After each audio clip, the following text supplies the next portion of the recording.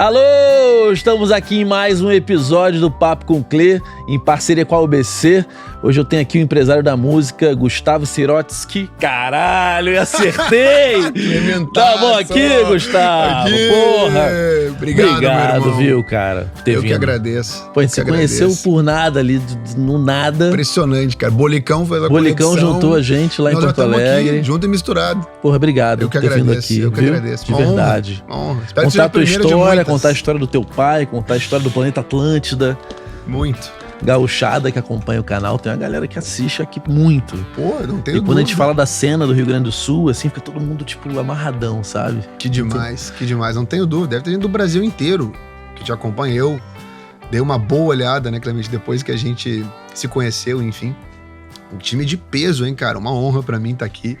Pô, felizão. E contar um pouquinho aí, né, da minha história, das Aliás, minhas experiências. Eu vou rodar a ampulheta, eu vou te perguntar como que a música chega até ti, porque você tem uma relação muito, muito próxima com ela, né? Perfeito. Apesar de não ser músico. Exatamente. E trabalhar com música. Qual é a tua primeira lembrança da música na tua casa, assim, na tua vida, cara? Vamos lá. Olha, Clemente, eu cresci muito perto da música, né? Num ambiente familiar, onde eu tinha não apenas meu pai, mas outras pessoas da minha família ligadas ao negócio da música. E tanto a música quanto o show foi algo sempre muito presente, assim. Eu tive talvez esse privilégio, né? De na infância, assim, estar sempre conectado a esse ambiente, talvez num momento onde no Brasil não existia essa questão tão rígida quanto a classificação etária, né, de entrar, não entrar, e claro, né, tinha ali todos os canais, talvez, para vivenciar tudo isso, e são coisas que eu acho que só depois de um tempo tu vai te dando conta o quanto que tu já gostava daquilo, né, e tu ia assistindo bandas, tu ia respirando aquele ambiente. Então, assim, a minha memória, ela é literalmente de quando eu começo a me lembrar da minha vida, sei lá, talvez dos 5, 6 anos, assim. Eu lembro de assistir Mamonas Assassinas, não só no Planeta, mas em um show em Porto Alegre. Novinho. Muito criança, um pirralho, assim. E lembro também muito do show do Kiss em Porto Alegre, que foi na Bacia do Jockey, que foi realizado pelo time do Opinião. Meu pai foi me buscar em casa com o Marco Túlio, do Jota Quest, e a gente foi juntos para esse show.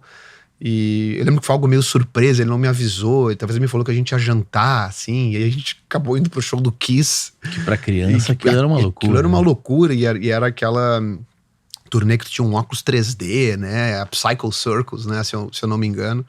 Então, assim, eu tenho... A música sempre foi entrelaçado, assim, na minha infância e na minha vida, e me acompanha até hoje, né. Teu pai era um apaixonado por música, né? Muito. O pai era...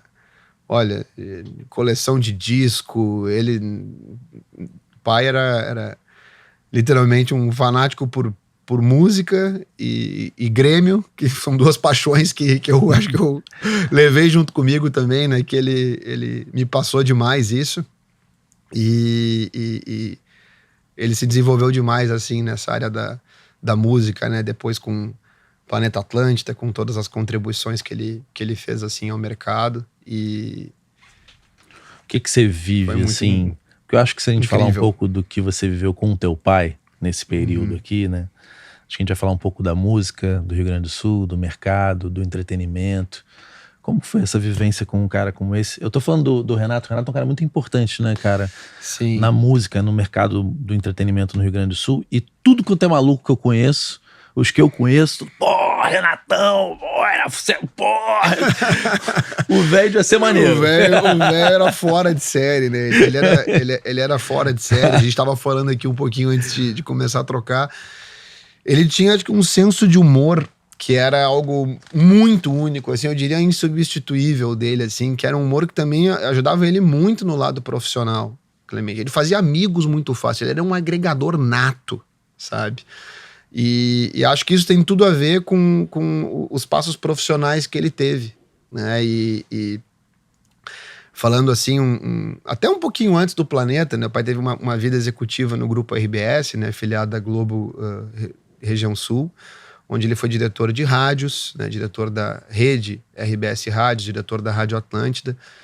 E dentro dessa missão, né, dentro de uma dessas missões que ele tinha enquanto estava nessa posição, ele tinha a missão de celebrar o aniversário de 20 anos da Rádio Atlântida, da Rede Atlântida, certo? E nisso surgia muitas ideias de fazer um circuito de eventos no litoral norte e litoral catarinense posteriormente, mas existia uma ideia de fazer um grande evento na beira da praia de Atlântida, que também não foi, parece que, muito autorizado, né? Eu tinha 5 anos na época, né? São histórias muitas que eu fiquei sabendo por ele, depois por amigos, por sócios dele nesse projeto, até que se chegou a ideia onde ele, junto dos seus sócios, né, DC7, né, através de Dodge, Sicão e Eugênio, que eram já grandes parceiros da RBS, né, no negócio de shows,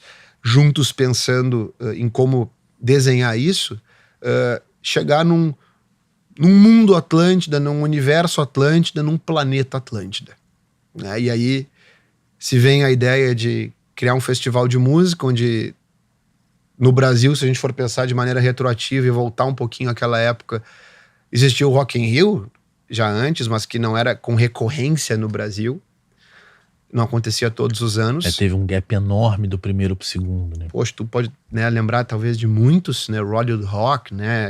Enfim. Alternativo, né? Não eram muitos. Não eram muitos, né, Clemente? Não. E o Planeta vem com esse conceito multi-atrativo.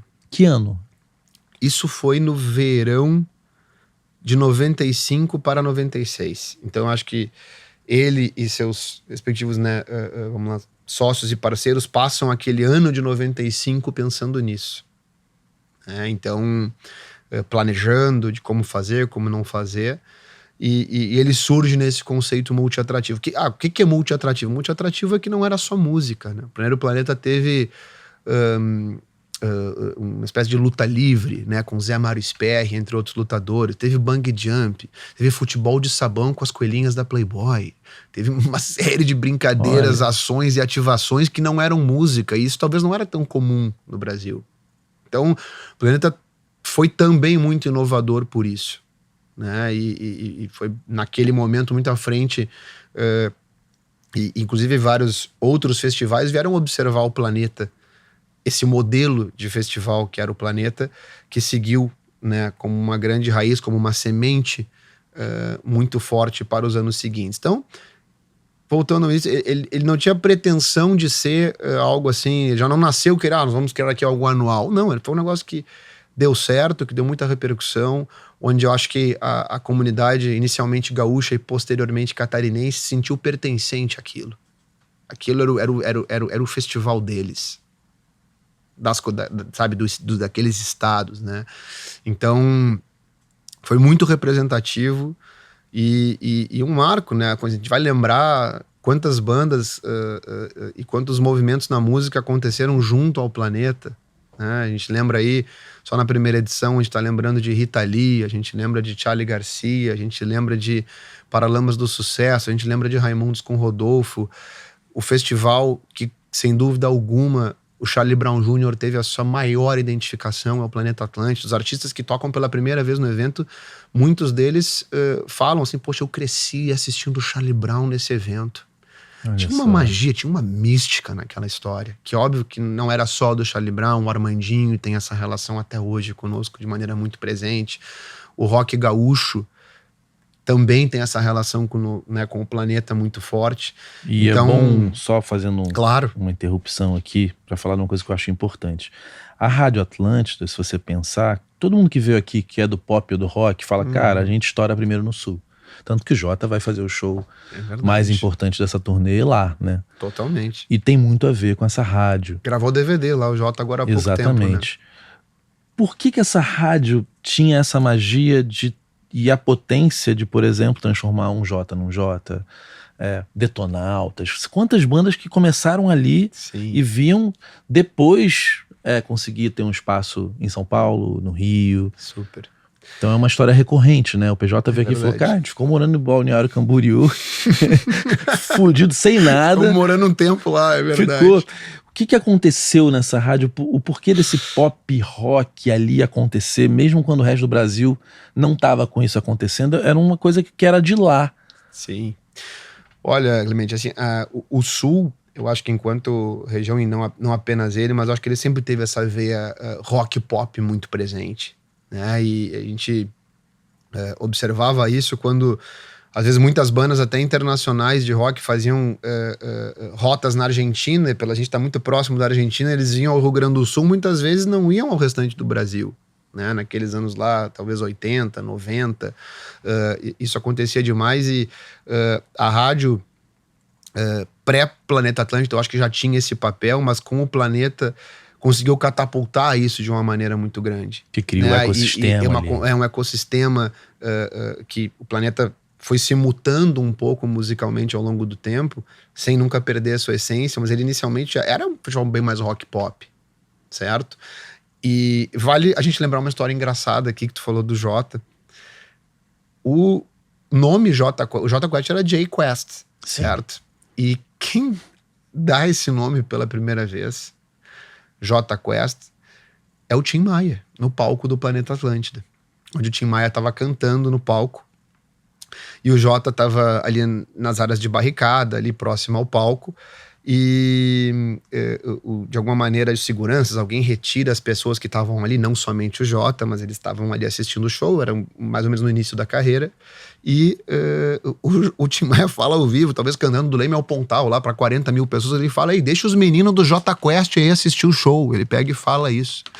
E um pouco tempo depois eu sei que o Jota teve questões aí legais, né, que tinha que mudar o nome, e aí, pô, Jota Quest, o Tim Maia já pensou, o Tim Maia falou, tá falado, né? É mais o som que eles tinham naquela época, né? Exatamente, então histórias legais, assim, que um festival acaba proporcionando, mas voltando à questão de rádio, eu acho que culturalmente o Rio Grande do Sul sempre teve essa potência, sempre teve essa força, sempre foi um consumidor de rock pop. Acho que a rádio identificou isso desde o início. Acho que a rádio pôde ter um festival onde ela era muito protagonista e tinha dentro do seu line-up, e até hoje, obviamente, tem uma representatividade grande comparado talvez a outros festivais, mas culturalmente e posteriormente com o festival, eu acho que a rádio deu esse suporte, deu essa força, né, a muitas bandas né, começarem, ou estourarem, ou se potencializarem na região sul antes de outros lugares do Brasil. Tanto que, como tu disse, né, muitos músicos e artistas, bandas, diziam, pô, se eu estourei na região sul, depois o resto do Brasil eu vou conquistar. Esse foi um caminho para muitos artistas, né? Eu acho que muitos pensaram dessa maneira e isso aconteceu, né? E é legal a gente ver uma timeline, assim, né, nosso mercado da música ter ido para tantos lugares e agora voltando, né, apertar esse botão de novo do rock, né? Acho que isso é muito legal, a gente acho que viu isso internacionalmente aí em Estados Unidos, Europa, né, esse revival, essa questão nostálgica, além de ser o barato, o legal de poder reviver isso, que papel legal que eles estão fazendo para novas gerações também, né? Que estímulo bacana eles estão dando para novas bandas de rock, certo? E é engraçado que você pega o Titãs, fala para minha geração, uma acima de mim e uma abaixo. Aí o NX0 agora também, né? 20 anos mais novos. E falando para uma geração e para uma frente, de repente você tem o rock chegando em muitas pessoas. Exatamente, tu vê um sinal muito maior, né? Tu vê um alcance, que isso existe. Exatamente, tu vê um alcance muito além do que talvez até eles mesmos imaginavam, né? E eu acho isso muito legal, cara. Poxa, eu acho incrível isso que está acontecendo. A gente, né, sabe aí, todas essas turnês aí que vão estar acontecendo no ano que vem também. A tendência, eu acho que... Eu torço por novas reuniões, né? Eu acho que os grupos talvez ainda que não se reuniram, assim, que estão olhando esses movimentos, eu torço muito que também possam ter os seus momentos, né, as suas experiências e com certeza serão muito prestigiados, não só no Sul, mas no Brasil inteiro, né? O teu pai, nesse momento aqui, que a gente está falando do surgimento do Planeta Atlântida, em que momento surge a Orbit e um pouco como que teu pai pensou, como que ele estava envolvido nessa história? Perfeito. Porque isso aqui pega toda aquela cena e cria uma casa para aqueles artistas, né? É verdade, verdade. A Orbit, se eu não estou enganado, Clemente, ela surge assim em 2000, e 2001, 2002, e ela, acho que tu falou muito bem, né? Ela virou a casa, né, das bandas gaúchas, e não só das gaúchas, porque teve muitas bandas que assinaram com o Orbit fora da região sul, né? Mas a Orbit, ela tinha um papel dentro da RBS como era gravadora, né, do grupo, era o selo, na verdade, do grupo, que tinha também todo o seu lado rock pop, tinha o seu lado também de música tradicionalista gaúcha, que é um lado também muito forte, muito presente até hoje em todo o estado e também fora dele, nas comunidades gaúchas, enfim, fora da região sul. Mas ela de fato foi a casa, né? E a gente, um dos maiores temas que a gente fala, né? Tipo, já tal banda cruzou a fronteira, né? E tal banda não cruzou a fronteira. Acho que a gente vivia uma época com muito mais intensidade de olhar tanto a parte fonográfica da questão, né, de CD, de consumo de música, quanto da parte dos shows. Então, assim, a gente enxergava, tinha a oportunidade de ver todas essas bandas, assim, em palcos gigantescos, né? Então, eu lembro de um Planeta Atlântida, onde a Tequila Baby, junto do Mark Ramone, encerrou o Planeta Atlântida. Aquilo foi algo emblemático, histórico, né? Entre vários outros que a gente pode recordar aqui. Então, isso surge ali de 2002, vai até mais ou menos 2003 com uma presença mais intensa, e depois acho que a própria indústria de maneira mundial começa a se transformar, né? A partir verdade, de no digitalização. ruim, né? Exatamente. Talvez se comentou muito 10 anos... isso há 10 anos atrás teria um efeito muito diferente. Ou agora, né? Exatamente. Ou agora num novo modelo. Num novo modelo. Dessas bandas que surgem aqui, qual era as que você mais amava e quais que o seu pai mais amava? Olha, eu... cresci demais tendo o privilégio, a oportunidade não só de escutar, mas de virar até amigo de muitos deles, né? Então, vamos falar de comunidade ninjitsu. Qual é que você gosta mais de comunidade? Comunidade, vamos colocar Detetive. Comunidade.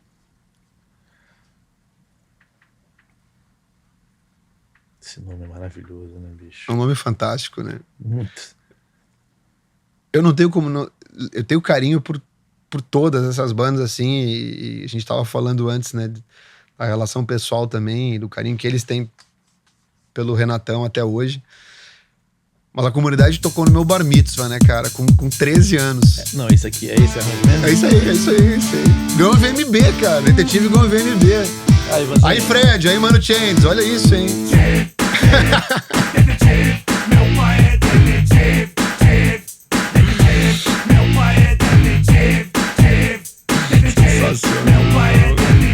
Mas o teu é despachante.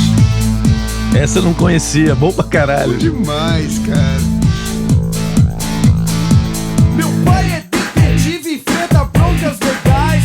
Meu pai é despachante e não faz nada demais. Essa foi sucesso lá? Muito. Igual a VMB. Meu pai é um cagalhão. Clemente, e eles foram muito precursores, inovadores em misturar essa história de rock com funk. Não talvez só um funk brasileiro, mas as referências e estímulos todos que eles tinham de George Clinton, de Funkadelic, de botar tudo isso do jeito deles, né, na música, e são amigos pessoais meus até hoje, assim, meus irmãos, gosto demais. Ultraman, é muito bom. Ultraman, cara. eu adorava, bicho. Ela não teve esse tamanho como a comunidade, né? Não, acho que teve sim. Ultraman, poxa, gravou, né, também o DVD lá com o MTV, né, bandas gaúchas, viajou o Brasil inteiro. Acho que, na verdade, em outro período, em outra época da nossa indústria, muitas bandas gaúchas sim viajaram o Brasil inteiro, né? Eles... como falamos de Bideobaldi lá com o Carlinhos, né? A Bidê, Acústicos Valvulados, Cidadão Ken, Vander Wildner, enfim, é uma geração, pra mim, assim, foi extraordinária, né?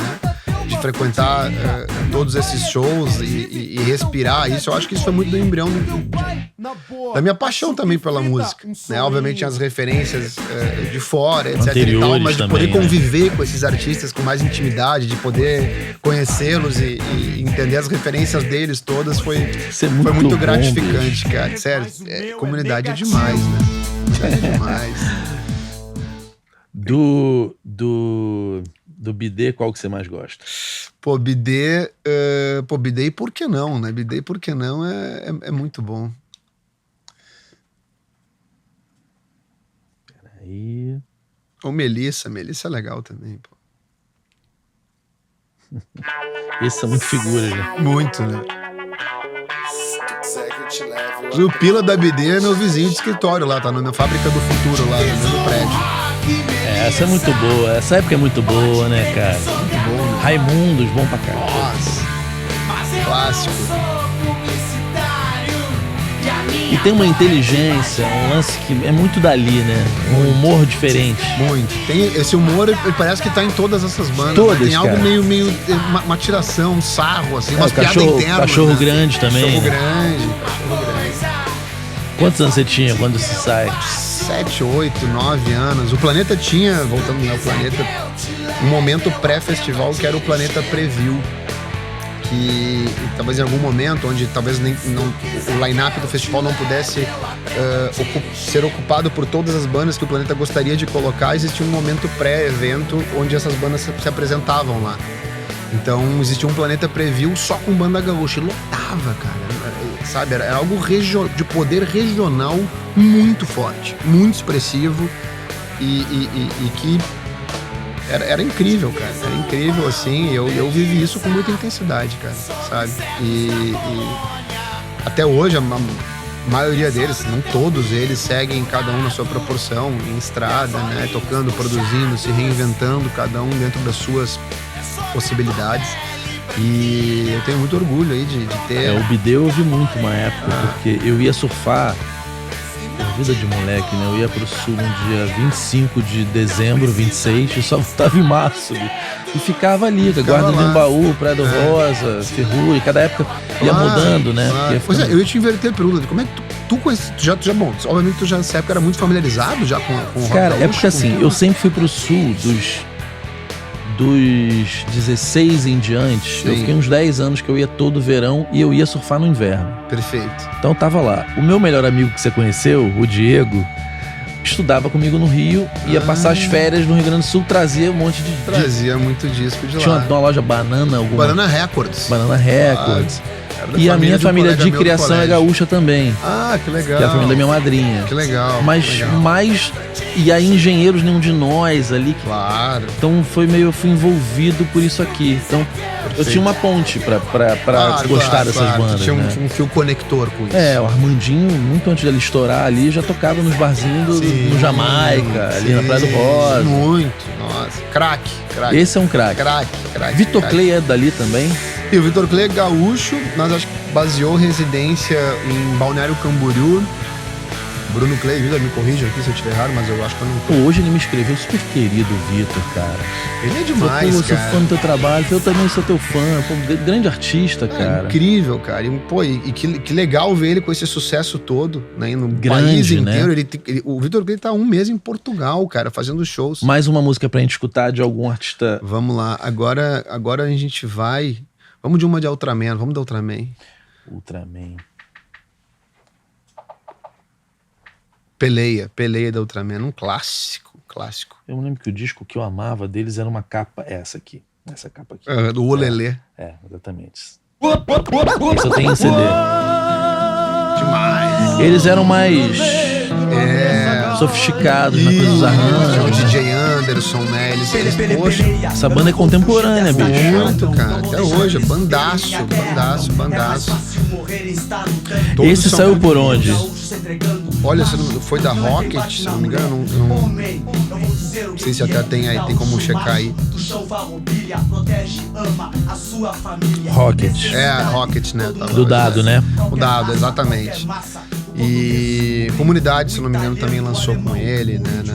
Com o Dado, numa época.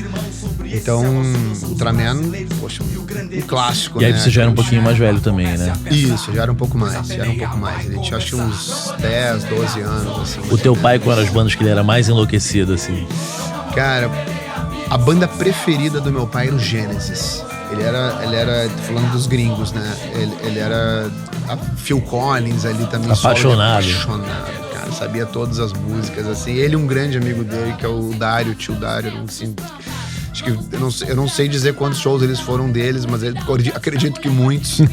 Mas assim, ele era muito, muito aficionado por Gênesis. E no Brasil, assim, ele era amigo dessa turma toda antes de ter uma relação profissional, de qualquer coisa. Eu senti o carinho da galera. E no mundo da música, um cara muito querido, assim. Um cara muito querido, com um senso de humor muito especial, com um lado humano muito forte e à frente do lado profissional, sabe? E... Nossa, vem tanta coisa na memória, né, na cabeça, falando disso, tanta coisa boa, né? E... O Jota tem uma história muito legal também, que um Planeta Atlântida de Floripa, de Santa Catarina, acontece alguma coisa com o Rogério, acho que foi com o Rogério especificamente, um pequeno acidente com ele, assim, envolvido, que foram coisas leves, assim, mas que o Rogério recorda de quando ele acorda, assim, tipo, no hospital, tu tava com meu pai lá com ele. Caramba, ele foi parar no hospital. Em Santa Catarina. Então, uma coisa com a van, alguma coisa nesse sentido, assim, eu não vou ter detalhes porque eu realmente não sei, não me recordo, mas ele tinha um lado humano muito forte e que era uma marca dele. Era uma marca dele, assim. Enfim, é alguém que eu já tava comentando também, né, com parceiros que almocei hoje aqui de uma gravadora que conviveram também demais com ele e que eu falei pra eles, olha, a coisa mais legal pra mim e em termos de, né, legado, assim, é poder escutar histórias legais dele e ter essas memórias divertidas, leves e que as pessoas carregam até hoje, né? Então esse ano faz 15 anos que ele faleceu, deixou um marco profissional. Cara, teu pai faleceu com 49? 49. É a minha idade, bicho, muito novo. E tinha algum problema? Não, o pai era assim, ele não fazia muito esporte, assim, né? Ele tinha, enfim, né, uma vida acelerada, né, no sentido de trabalho e tinha um pouco de sobrepeso e teve um infarto. O pai faleceu com um infarto. Eu tava fazendo um intercâmbio em Dublin. Que louco, não, depois a gente vai falar sobre isso.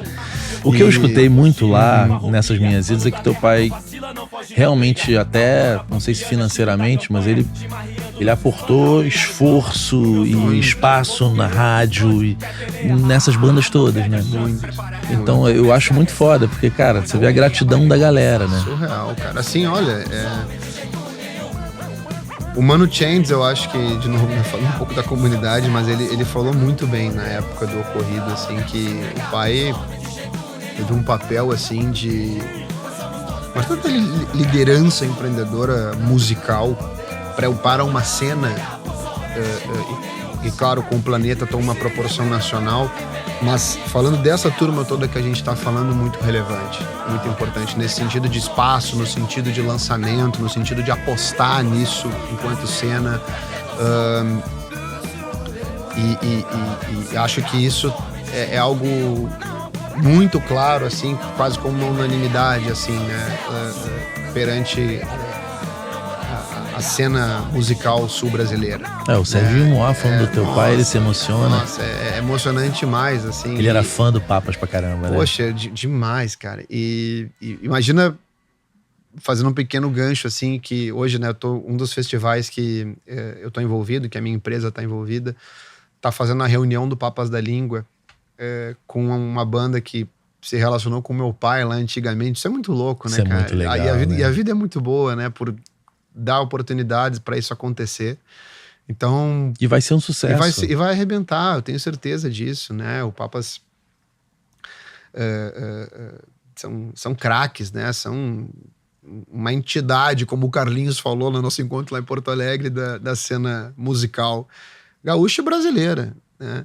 Então, eu acho que ele teve esse papel muito importante para muita gente. O Rafael do Shima, que tava lá com a gente, qual é o nome dele? O Rafa, exatamente. O Rafa apaixonado pelo teu pai, bicho. Muito, cara. O negócio é impressionante. Porra, velho. Via que ele ficava, tipo, ele é grandão, né? E eu não sabia que ele tava com os 2 braços quebrados. Sim, aí eu achei ele, era estranho, que ele fica meio assim. Aí ele falou, eu tô com os 2 braços quebrados.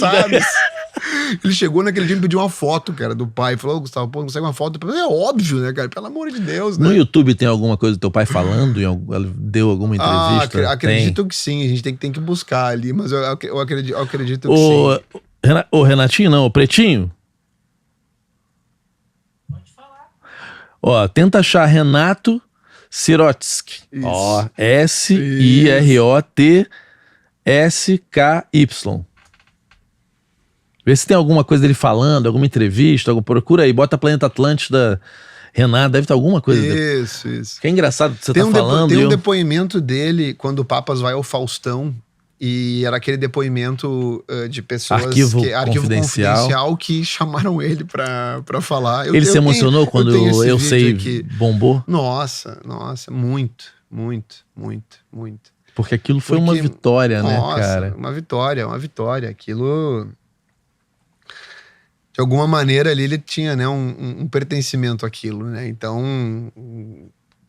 Foi mágico, assim. Eu lembro demais, cara. Isso tá de uma maneira muito presente, assim, na minha vida.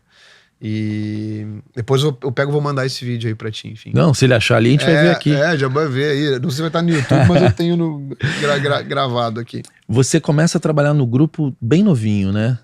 Exatamente. Enfim, meu pai faleceu em 2008, eu tinha 19 anos recém-feitos, né, em setembro. Acontece em outubro isso, e 17 dias depois eu começo a trabalhar numa plataforma de segmento jovem do grupo RBS chamada Kazuca.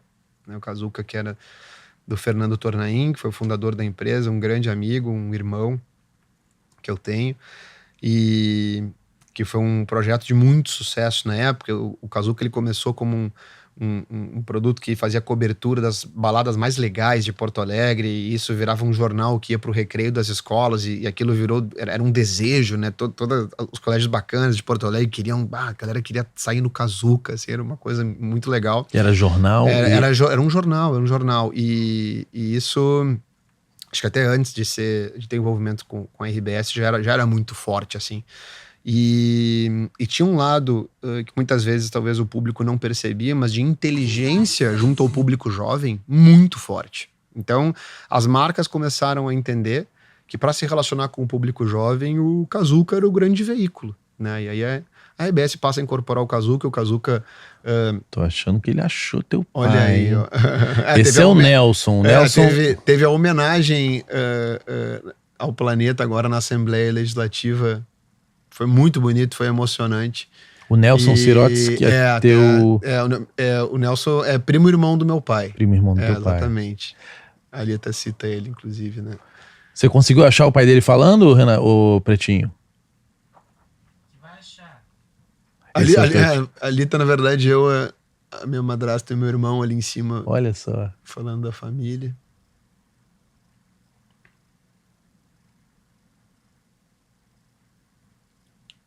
A internet é muito louco, né, Gustavo? A gente poder... Tenta achar esse arquivo confidencial que ele falou, que é o pai dele no Faustão, na entrevista do Papas na Língua. Eu posso mandar até esse vídeo aqui, se tu quiser. Você tem ele aí na mão? Tenho. Então passa pra mim que eu mando pra ele. Que eu vou te mandar, e aí a gente aqui. já... Só um pouquinho. A gente já roda. Passa pro Renato, que é mais fácil, Cleiton. Tá, ele vai me passar aqui, eu passo pro Renato. Achei, peraí. Vou gravar ele e vou... Peraí. Vai ser muito legal isso aqui. Pô, cara, eu tô com a exata idade do teu pai quando ele faleceu. E é engraçado que a gente conversou aquele dia, e eu já sou grilado, né? Aí teve um dia que eu tava na cama, assim, meu coração acelerado, falei, meu amor, tô morrendo, falei, meu coração é do outro lado, eu falei, ufa. Porque dá medo mesmo, né? Agora eu tenho um filhozinho de 2 anos, e aquilo, quando não tinha o filho, ninguém quer morrer. Mas quando você tem um filhozinho, você fala, cara, não pode, eu tenho que ficar vivo, cara, pra ver esse moleque crescer, né? Muito. Vocês eram muito próximos, vocês dois? Muito. Como a gente falou no início, assim, a gente tinha um negócio de música e Grêmio que era muito presente na nossa vida, assim, né?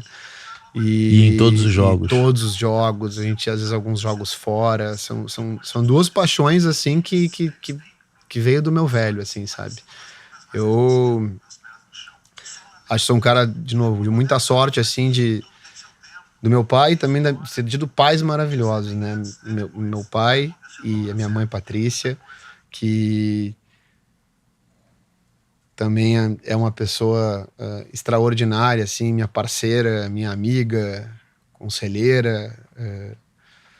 enfim, que acho que a gente tem que ser grato sempre e aproveitar enquanto eles estão com a gente aqui, né? Eu tenho muito isso em mente, assim. E também aquela coisa, né, Clemente, de que às vezes tem pessoas que vivem muito tempo, assim, não deixam uma mensagem, ou não deixam tanta saudade, assim, ou um legado, e gente que às vezes vai antes, mas acaba deixando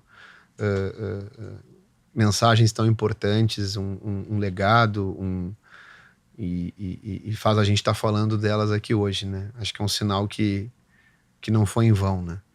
Naquele camarim lá naquele dia que a gente se conheceu, Uhum. você vê, os caras estavam todos ali falando Muito, do teu pai, assim, muito. um dia antes que você não tava, mesma coisa. Porque eu sou sempre um curioso, que eu sempre fico, por que o Papas não virou depois daquele Eu Sei? Era pra ter sido mais um disco de sucesso, e Exato. DVD, e bombado. E as bandas têm esse momento que elas podem dar essa virada ou não, né? Sim. Existe essa virada de chave, né? E realmente acho que nem todos conseguem, talvez, construir as oportunidades para si mesmo, né? E acho que isso é algo muito importante na vida de todo mundo, né? A gente às vezes criar as oportunidades pra gente, né? Eu acho que, falando da música, né, da região sul, eu acho que viveu momentos da indústria mais favoráveis, outros menos favoráveis. Conseguiu achar o vídeo aí? Achei, tá. Peraí que eu vou concluir aqui pra mandar, peraí. Essa estrutura, né, que a gente tem no Brasil, onde o empresário muitas vezes não é uma pessoa muito preparada, pelo menos pelo ponto de vista da construção de uma carreira e de uma marca, e ele ser a mesma pessoa que vende o show, né? Então, que é talvez um duplo erro. E você vê nos Estados Unidos, a lei não permite que você seja o empresário e também o cara de show e o manager, né? Exato. Porque tem conflito de interesse. Então, talvez, cara, se eu vendo show, eu não vou querer preservar o meu artista, por exemplo, tirar ele de cena. Sim. Mas, pô, talvez se eu gastar ele ali, ele vai ter um dano de carreira a longo prazo, né? Então, eu acho que essa estrutura dos Estados Unidos, por exemplo, onde tem o manager e tem o cara de venda de show, ela é mais inteligente, porque o manager tá olhando a médio e longo prazo, falando, não, a gente não precisa, vamos ficar um ano fora, vamos sumir. Não vamos fazer nada. Tira da TV, vamos sumir. O cara que vende show... Gerar demanda e vamos voltar... Mas o cara de show quer vender show. E aqui é o mesmo cara, normalmente, né? E acho que... E é legal tu comentar isso, né, Clemente? Porque a gente fala Norte América, Europa e outros mercados que eu acho que tem um nível de maturidade em relação ao setor cultural de uma maneira mais macro, de um nível muito mais avançado, talvez, do que a gente vê aqui no Brasil, e que infelizmente teve que vir uma pandemia, inclusive, para que esse setor talvez se unisse de maneira inédita no Brasil. A gente nunca viu um setor tão unido em prol de algo em comum como a gente viu agora na pandemia, né? Quantas empresas, o impacto do entretenimento no Brasil, o impacto dos diretos e dos indiretos envolvidos nesse setor e nessa área. Então, assim, eu acho que pegando esse gancho um pouquinho mais macro, para a gente falar, obviamente, de questão de como é que isso funciona lá fora, eu acho que o saldo positivo dessa pandemia é ter visto como é que esse setor se uniu, né, em prol de uma retomada, de planos de se organizar um pouco mais perante a tudo, né, perante a legislação, perante a poder voltar com mais força, né, e que a gente possa voltar um pouco mais organizado enquanto setor e indústria, porque eu acho que o setor de eventos ele é uma grande mola propulsora do turismo brasileiro. E isso é algo reconhecido. O Brasil ele é uma marca mundial. As pessoas, né, um lugar turístico, um lugar de lugares extraordinários. E acho que evento e turismo sempre andaram lado a lado. E falando especificamente dessa questão ali de shows e também decisões de managers, eu acho que hoje a gente tem uma organização onde, sim, ainda tudo é muito centralizado, né? Diferente do mercado americano, do mercado europeu, onde tem as agências de um lado, os managers de outro, eles têm a sinergia 360, né? Mas eu acho que aqui há caminho para se organizar bem isso, né? Eu acho que a relação ela é saudável na minha avaliação, assim, e que isso que tu comentou é importante também, saber o momento de parar, saber o momento de tirar o pé, porque a gente tá acompanhando uma série de movimentos aí que são bem acima da expectativa que a gente achava que iam acontecer, né? Falando principalmente desses retornos, né, de bandas, reuniões de bandas. Eu acho que isso é algo incrível que está acontecendo. E é também resultado de saber o momento de dar um stop. Né? E que para uma banda grande é saudável. Exatamente. A Marisa é um clássico de uma artista que sempre tirou o time de campo e voltou. Exatamente. E eu tinha dúvida se esse modelo funcionaria em tempos de streaming, né? Que a gente tem muito mais opção de consumo, né? Porque lá atrás não tinham muitas artistas. Então quando sumia a Marisa, você ficava com saudade mesmo. Hoje você entra no Spotify, ele vai te recomendar outras cantoras. Mas se provou que funciona mesmo em época de abundância, né? Totalmente. Então a Marisa tira o time de campo, quando ela volta é sucesso. E a gente tá aí falando de... O Simon é um grande empresário, né? Que foge à regra do que eu tava falando. Ele realmente consegue ser esse manager que pensa o negócio olhando pro macro, cuida da marca, ao mesmo tempo vende show e faz bem, ou então ele mesmo realiza o show. Acho que o Rossato, Simas, são caras Raio Fortes que eu não conheço. Todos referências pra mim, pessoas caras que eu aprendi muito a admirar. Eu também. Muito. São fora da curva, né? São, sem dúvida. Cada um dentro da sua atividade, das suas bandas, né, que acompanham, tem uma habilidade, né, um tato incrível de fazer isso. Acho que tu lembrou muito bem do Simon em relação ao Los Hermanos, né? Tô aguardando aqui. Tá chegando, vai chegar aí agora. Mas eu acho que, a gente tava falando um pouquinho antes, o Los Hermanos talvez tenha ancorado esse movimento, né? Clemente pegou, a banda se reuniu, viu a força que isso tem, uma banda brasileira fazer um Maracanã lotado, isso é maravilhoso, né? Que legal que a gente tem isso aqui no nosso Brasil. Sim. E acho que isso estimulou muita gente, viu? Tem um acontecimento, mas como ele não foi organizado para ser uma turnê dessa forma, e nem tinham pessoas como o Simon pensando aquilo na época, é a volta da Blitz, que acontece na praia aqui, e é cancelado por várias semanas porque chovia. E, cara, foi uma audiência tipo de Rolling Stones na praia. Obviamente, depois eles foram virar uma banda de turnê de novo. Mas eu me lembro que aquilo me chocou. Porque Blitz era de quando eu era criança, eu era já adultão. E aquilo lotando uma praia e a gente sentindo aquela vibe daquela época, né? Aí você falou muito bem, vem Los Hermanos, acende um lance, as pessoas olham, opa... E aí Sandy Júnior mesmo, e aí vem Sandy Júnior, que já não é uma chama, aquilo ali foi uma explosão. Você falou que ficou entre as 10 maiores turnês do mundo em dólar, né? Exatamente, foi uma das maiores turnês do mundo, né? Foi feito pela Live Nation aqui no Brasil e um fenômeno mundial, né? Dentro daquele ano, assim, junto a uma das maiores bandas... Tá aí, né? Uma das maiores bandas do mundo em termos de turnê e quantidade de shows. E foi... Acho que é incrível acompanhar aquilo, né? Poder enxergar o tamanho. Eu lembro que, conversando na época, né, com a Live Nation, se chegou a reservar o Pepsi On Stage, que é uma venue em Porto Alegre para 6 mil pessoas, né? Um projeto onde eu sou um dos sócios, onde eu participo. Então, assim, para ver como às vezes a gente acha que aquele negócio tem um tamanho, ele tem uma dimensão completamente diferente do que a gente tá imaginando. E para mim, Clemente, isso é a grande cachaça do nosso negócio, cara. A gente achar que tem razão, não, porque a gente sabe, vai ser desse jeito, é aquilo, eu tenho certeza, e não é. Aí a gente vai lá e aprende de novo. Mas tu já tomou um ferrão? Claro, cara, claro. Pô, quem disser que não tomou tá mentindo. Nesse mercado de show, porra, né? Cara, como é que vai acertar todas? Não tem como. Do maior ferro que você tomou, o que você aprendeu?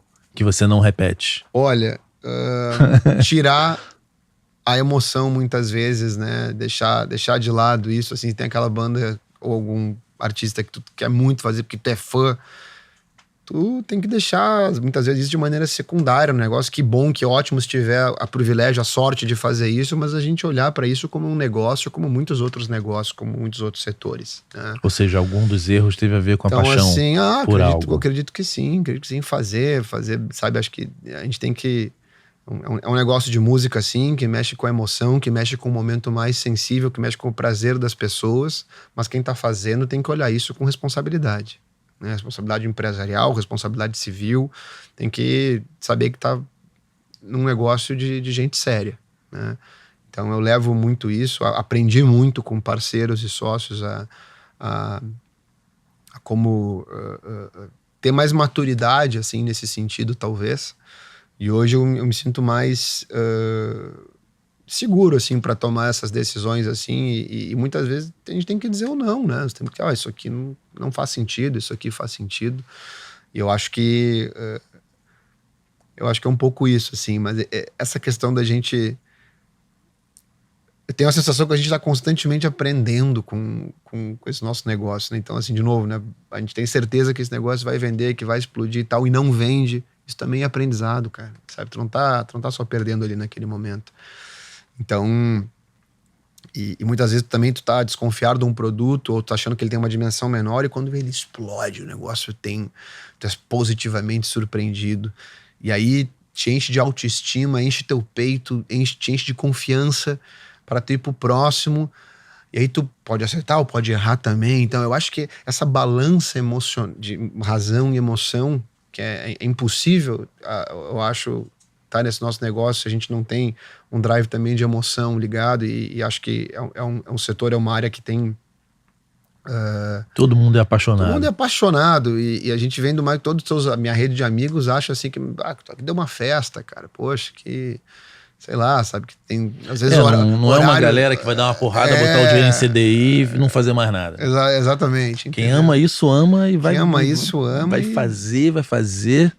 Exatamente. Vai tomar... Eu aprendi o termo novo, né? Que é tomar ré, né? É isso, tomar ré. Aprendi recentemente. A Ivana veio aqui do Tom Festival, falou eu tomo ré. Depois eu descobri que uma galera do Sul toda mundo fala toma ré, né? Claro. Bolico. Sim, bolico, com certeza. Olha o homem aí, ó. Aí o Renatão. Sim, o Papas da Língua, 10, 12 anos atrás, quando no nosso primeiro festival Planeta Atlântida, o Papas foi uma das bandas escolhidas por mim, enfim, pela nossa equipe, para tocar naquele festival, como outras bandas do Brasil. Na sexta-feira, que era o dia que eles tocariam, chovia muito, muito mesmo. De tal sorte que a gente teve que transferir o show deles para sábado.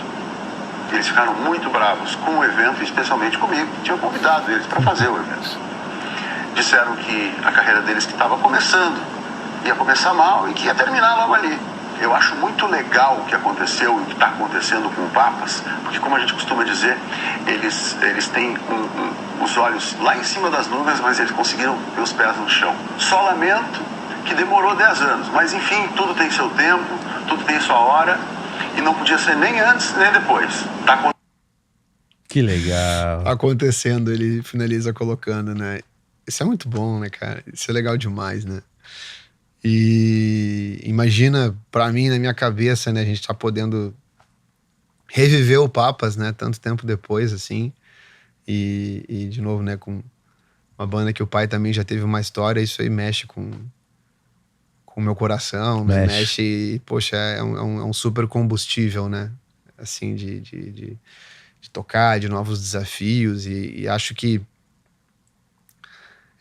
a nossa área, né, voltando de maneira mais macro, Clemente, ela sempre nos instiga a pensar no amanhã, né? Who's next, né? Qual é o próximo? Qual o próximo constante, certo? Porque cada evento tem a sua jornada, tem a sua campanha, a gente vive acho que talvez a maioria das produtoras, das companhias, das empresas, um calendário de várias micro e médias jornadas.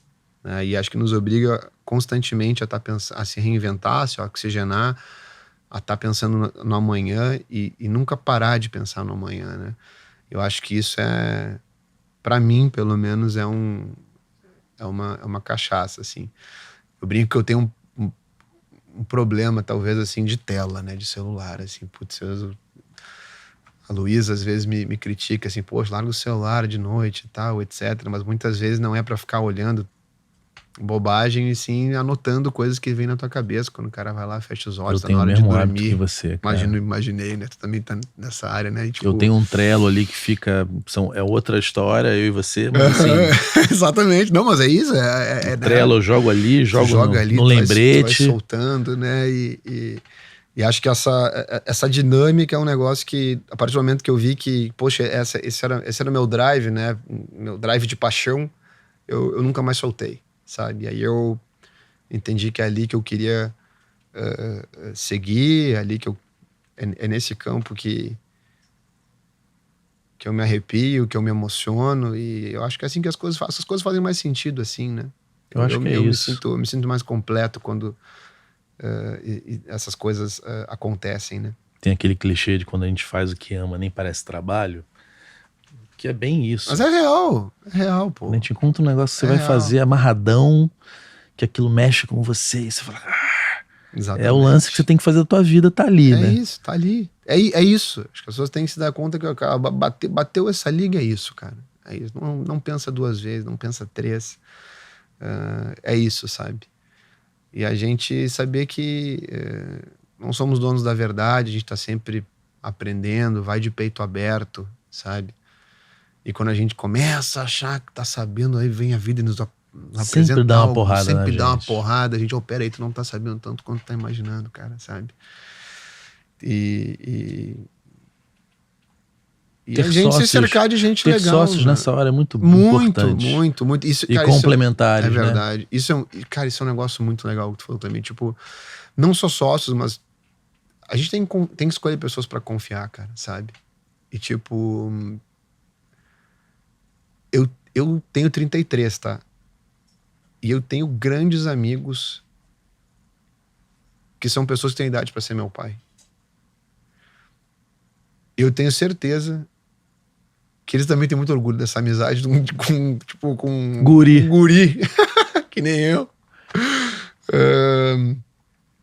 Que apesar de ter, né, mesmo começado cedo, às vezes me achar meio cavalo exausto, assim, eu acho que eu tenho estrada aí pela frente. Você herdou vários né? do teu pai, dessa relação dele com cara, esses parceiros? Herdei, quem são cara. os que Poxa, assim, o Eugênio Correia, né, na DC7, o Cláudio Fávero, o Magrão. O Fernando não é tão mais velho assim que ele não tá no gap de idade dessa turma, não que eles sejam velhos ainda, não vão ficar bravos comigo quando eu falar isso. Mas são grandes amigos, assim, que muito além do profissional, entendeu? São amigos pra vida. Pessoais pra vida, pra uma vida inteira. Tipo, já viajamos juntos, já fomos, né com o Cláudio e o Fernando são colorados, mas com o Eugênio já viajamos pra ver o Grêmio junto aí e tudo. E é engraçado isso, né? Minha mãe às vezes sempre lembra isso pra mim, sabe? Pô, tu fez amizade com pessoas bem mais velhas do que tu, que legal isso, né? Que coisa que bacana, né? E você seguiu um caminho parecido com o do teu pai, né? É verdade. Então os parceiros que estavam ali, que te conheciam desde pequeno. Isso pra é muito mim legal. É o maior tesouro, assim, que eu tive, Clemente, de ser recebido por essas pessoas e também muitas outras, que eu não quero ser injusto com ninguém aqui, de esquecer também, o nome de alguém. Aqui você começa como estagiário também, Começa como estagiário. Ninguém te botou ali... Não, estagiário. Comi o pão que... Comeu? Já amassou, cara. Ia pro interior, puta, coisa que eu odiava. Guri aí, bota ele pra trabalhar, bota ele pra ralar mesmo, né? Cara, é sério, tinha coisa que eu odiava fazer, cara. Mas eu tinha que fazer lá, Gustavo, vai fazer um evento Vamos fazer um evento de carro automobilístico. E, mas eu gostava de música, cara. Não queria fazer evento de carro, entendeu? Mas tinha que fazer, cara. Tinha que aprender, tinha que...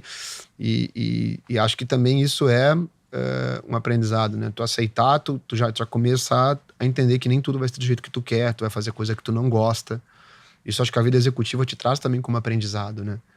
Tá num lugar que nem todas as vezes tu vai voltar feliz, né? Pra casa, né? Mas, de novo, né? A gente só olha isso no retrovisor, né?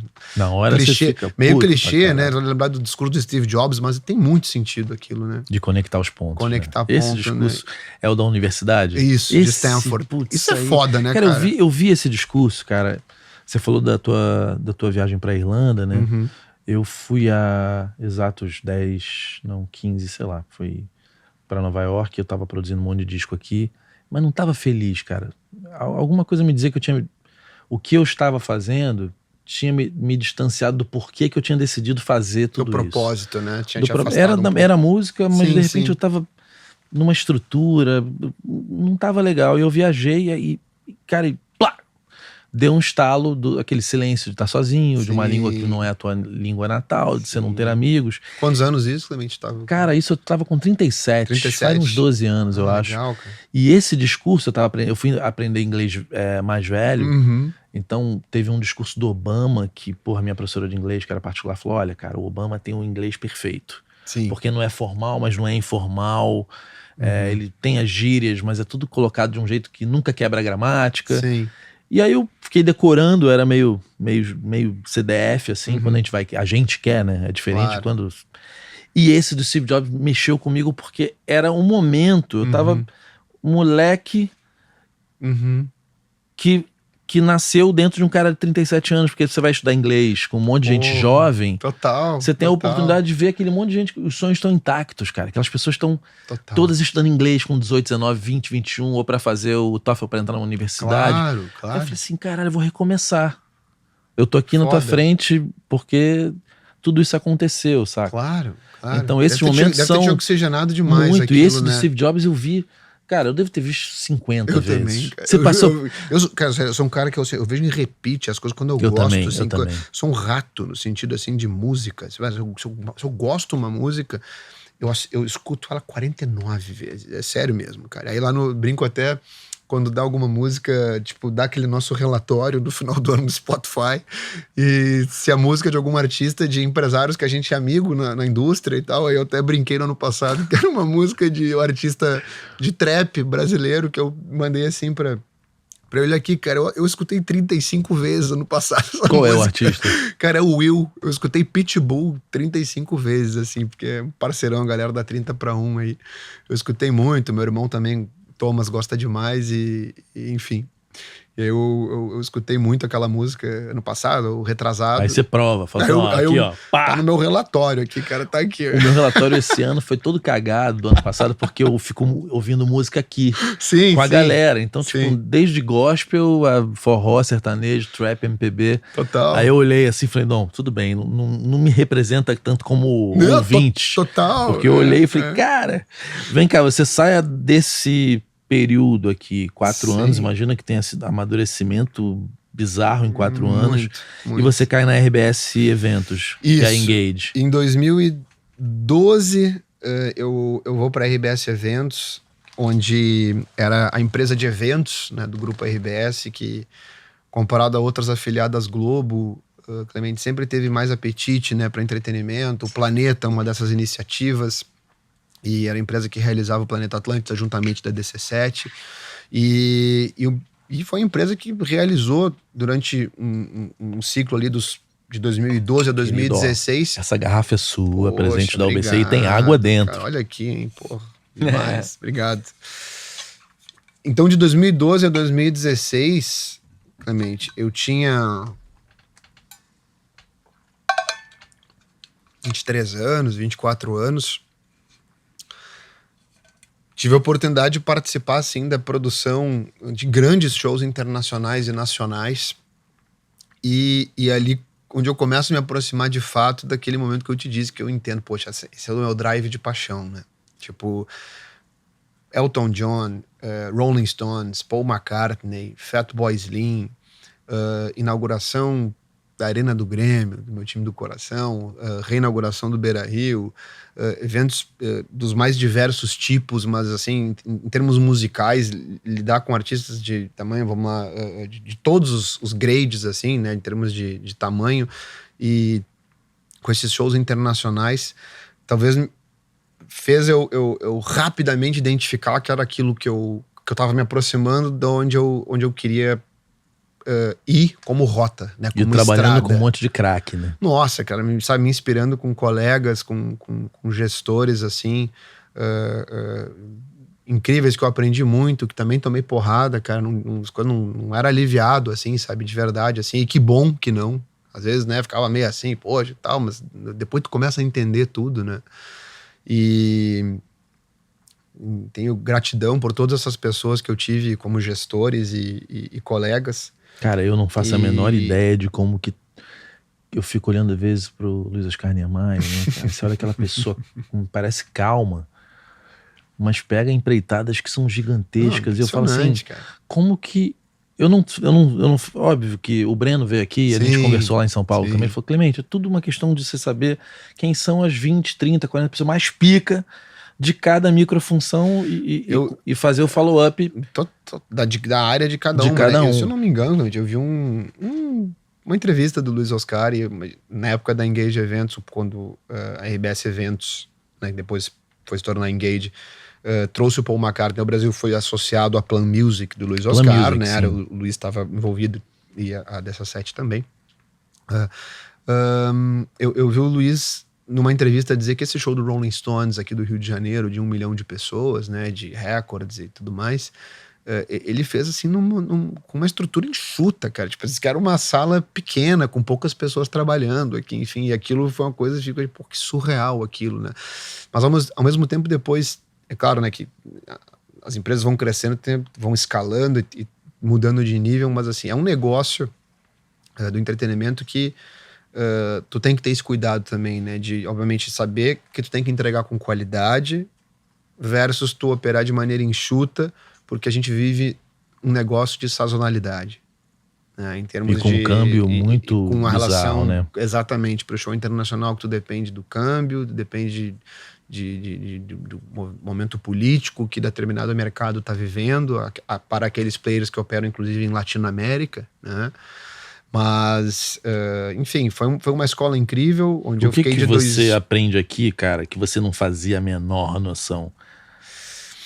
Cara, eu não fazia a menor noção da quantidade de pessoas, no sentido assim dos indiretos também, que eram envolvidos em grandes eventos, que tu mobilizava assim a cidade, tu mobilizava a economia daquela determinada região de uma maneira tão grande, tão representativa assim, e aquilo me deu uma dimensão real daquilo que eu sempre fui para curtir a vida inteira, que eu sempre tive todos os caminhos para observar, mas nunca olhar de dentro para fora.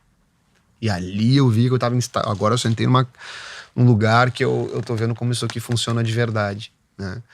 E acho que ter essa noção da capacidade de mobilização de um evento, indireto, do impacto que aquilo tem para a cidade, e de novo, né, o que o evento associado ao turismo pode trazer para uma região. Não, cara, a gente ficou num país polarizado, onde a discussão ficou um pouco estúpida em relação ao que é cultura e a importância dela. Mas é indiscutível o que um festival gera de emprego direto e indireto. Meu Deus. O que um show, uma peça de teatro, seja lá o que for, uma turnê de um artista, é muito emprego direto e indireto, né? É muito. Olha, teve dados recentes aí até de uma turnê que está anunciada no Brasil da Taylor Swift, né? Que lá nos Estados Unidos... Impactou a economia lá, né? A economia dos Estados Unidos, né? Só viu essa notícia também, né? Vi. Uma cidade, não lembro qual agora, qual cidade era lá, mas... Minnesota, não sei em qual região exatamente era, mas que teria, olha, foi o pico, por exemplo, de turismo, de busca de hotéis, de absolutamente tudo daquela cidade, foi em torno daquilo. Então, só um pouquinho, isso aqui merece mais atenção, né? Merece mais atenção de governo, vamos lá, de ministérios, de entender essa área de eventos de uma maneira mais séria, certa e mais representativa do que ela já foi no passado. E eu acho que hoje melhorou muito. Acho que já melhorou muito, mas acho que ainda tem um longo caminho a percorrer pela frente, né? A gente... existe, obviamente, existiu, acho que esse movimento nacional na pandemia, e lá na região sul acompanha um pouco mais de perto, assim, o quanto o setor, de fato, está mais unificado nesse ponto. Você, né? Sente que isso realmente aconteceu? Eu sinto isso. Eu acho que falando agora pontualmente do Rio Grande do Sul, né, mas agora teve pela primeira vez na história de Porto Alegre a iniciativa privada está à frente de um parque público em Porto Alegre, né? Uma concessionária venceu isso.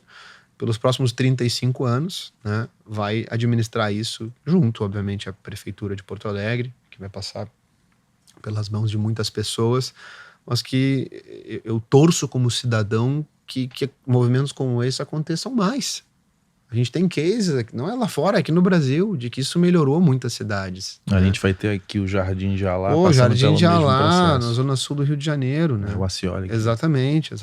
Então, assim, São Paulo, uma série de parques que já tem esse modelo. Então, assim, eu vejo mudanças significativas, vejo o poder público olhando para esse setor com mais atenção, entendendo a relevância, entendendo a importância. Eu torço demais que isso siga, né? Que não seja só um momento curtoprazista, diríamos assim.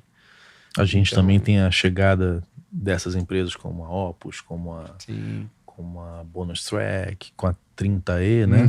E outras tantas, a sua também, que tá remodelando um pouco o negócio, né? Sim. Porque a sensação que eu tenho é que não é mais tão importante um artista ter um grande empresário, e sim alguém interno, com menos burocracia, e essas grandes empresas comprando muitas datas, né? Sim. Como que você tá vendo? Porque isso mexe um pouco com como o mercado funcionava, né?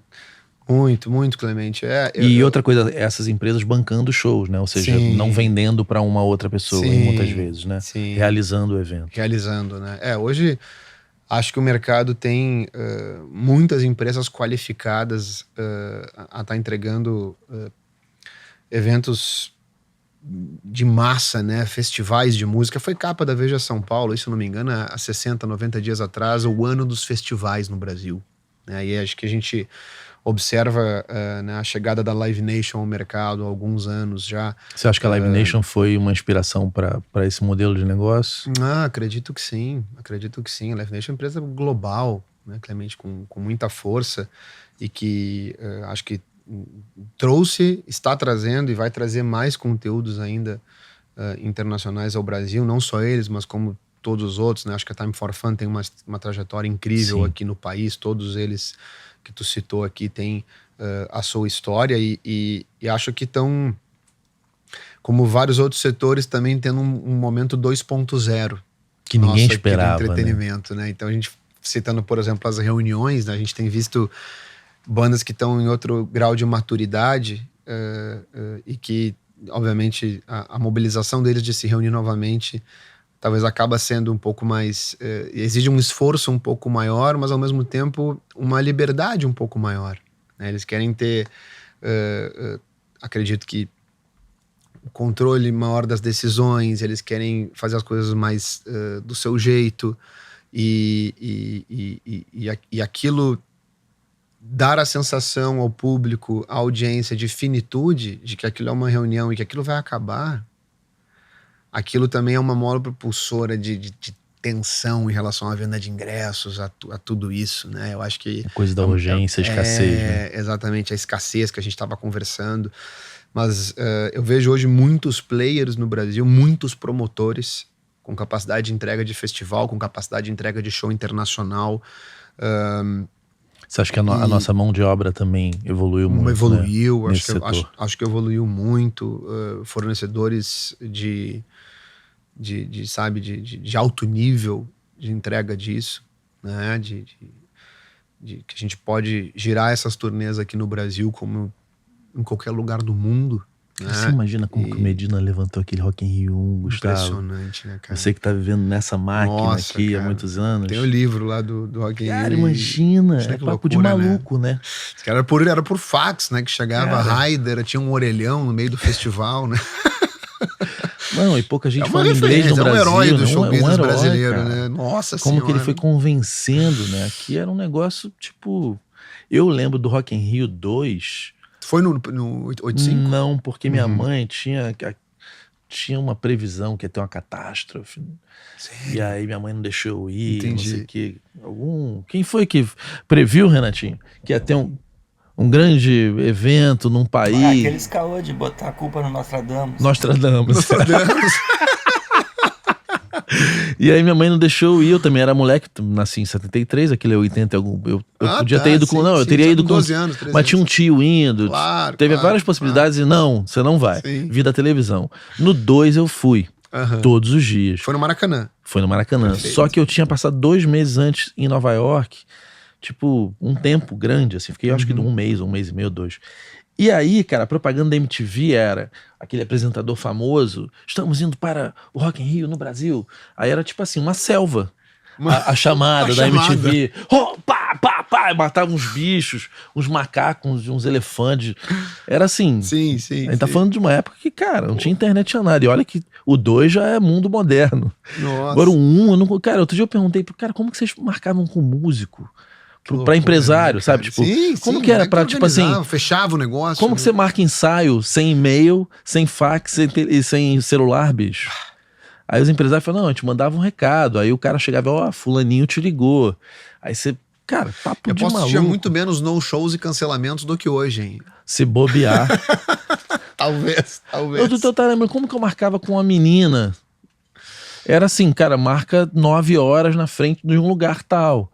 Qualquer coisa que acontecesse de imprevisto, aquilo... Era assim, mas podia ter controle, né? Não nada, tinha, e se a pessoa, sei lá, tivesse um trânsito, você não sabe, você ficava esperando. Muito doido, né? Muito Pensar um doido, mundo né? sem isso aqui. Nossa, cara, nossa senhora. E a gente fala, né, de uma criança que nasce hoje não sabe o que veio antes, né? Se essa a tua mesa e a tua cadeira ou o telefone, né? Tudo nessa geração nova, ela tá recebendo essas coisas no mesmo momento, né? Mas realmente, vou pensar nisso, projetar isso nessa época. Eu que vivi a outra época, não consigo lembrar como que era, mas eu sabia os números das pessoas de cor, cara. Sim, eu tenho alguns até hoje, dessas coisas eu lembro. Eu lembro de uns 5, muitos, cara. O Renato, sim. Meu pai, minha mãe... É isso. Ponto. Não mais que isso. Não mais que isso. E tem uns que eu lembro que não existem mais, mas eu lembro porque estão na minha memória, até afetiva, né? Claro. Eu tenho o mesmo número do celular, que é um cacuete, mas eu consigo ter o mesmo número de celular desde os 13 anos. Eu também. Não desde os 13, porque não tinha celular, mas eu tenho desde que celular é celular, é o mesmo número. Meu também. Desde o bar mitzvah eu tenho o mesmo celular, assim, o mesmo número. Os cacuetes. Me fala mais desse momento, cara. Perfeito. Aqui você percebeu que esse era o teu rolê, né? Muito. E assim... Clemente, experiências vividas. Muito. E paralela a Kazuca, a própria RBS Eventos, depois Engage Eventos, eu também sempre tive muito próximo do Planeta, em termos de me familiarizar como funcionava um festival, em termos da produção do evento, começando lá numa produção de palcos paralelos, depois entendendo o evento sob a ótica de outras áreas. Eu cuidava em alguns planetas das ativações não musicais do evento, então, como eu tinha te comentado, né, o Planeta começou lá atrás com esse espírito multi-atrativo e ele seguiu, né? Então, assim, pista de skate, pista de motocross, tinha arte, tinha arena de games. Muitas vezes eu cuidava dessas áreas assim do evento, né? E as ativações de marca também. Exato. Então, mesmo com o coração batendo e pulsando no drive de música. Então, mas eu fui olhar isso de novo, né? Naquele momento que talvez tu tá observando, entendendo a relevância, a importância daquilo, mas que tu vê mais relevância ainda no futuro. Né? Quando tu olha lá, putz, aquilo aconteceu por isso e por isso e por isso. Mas esse momento foi uma escola mesmo, assim, porque a Engage, ela tinha uma estrutura que eram 3 pilares, né? Vamos lá, a RBS Eventos, que eram eventos de negócios, eventos esportivos, onde tinha lá essas corridas de rua, né? Maratona Internacional de Porto Alegre, aí tinha Poa Night Run, Poa Day Run, entender como funciona esse tipo de evento. E onde eu fiquei na área de produção, eu me relacionava com todos os eventos da empresa, né? Então, e nos eventos musicais, não musical de Broadway, mas de música, né, de drive de música, os shows, né, os festivais e eventos desse segmento que a empresa se envolvia. Então, foi uma escola 360, assim, nesse sentido. E era uma empresa robusta, assim, com muita gente, né, era um andar inteiro, assim, né, de equipe. E foi uma época muito... De novo, muito aprendizado, cara. Assim, uma palavra acho que é essa mesmo, sabe? E o Brasil nessa época tava vendo um otimismo, né? Poxa, um otimismo, um dólar baixo, né, cara? Assim, uma coisa surreal de pensar hoje em dia, né? Que a gente não sai muito dessa casa dos 5 hoje em dia, naquela época, sei lá, 2,5, 3, né? A gente vivia esse momento, esse boom dos shows no Brasil, Copa do Mundo em vista, Olimpíadas em vista, a vinda de um grande festival estrangeiro ao Brasil, que foi o Lollapalooza, né, pelas mãos da Geo Eventos naquela época. E ali em 2016, Clemente, após o show do Rolling Stones, a RBS ela volta a ter uma relação mais de parceira de mídia de eventos, né, de media partners, de eventos, festivais, com o mercado, né, e a comunidade, não deixando de se relacionar com isso, né, até os dias de hoje, mantendo, obviamente, o Planeta como um projeto proprietário, RBS, mas a Engage ela é descontinuada naquele momento. E é naquele momento que eu já tinha entendido, principalmente por esse ciclo aqui que nós conversamos, que aquilo era a minha vida. Você não ia voltar para trás. Eu não ia voltar para trás e olha, foi um período de aprendizado extraordinário, onde eu levo muita coisa daquela época, e a partir dali eu comecei a dar vida à Maia Entretenimento, que é a minha empresa, que já se relacionava com o Pepsi On Stage, né, onde a gente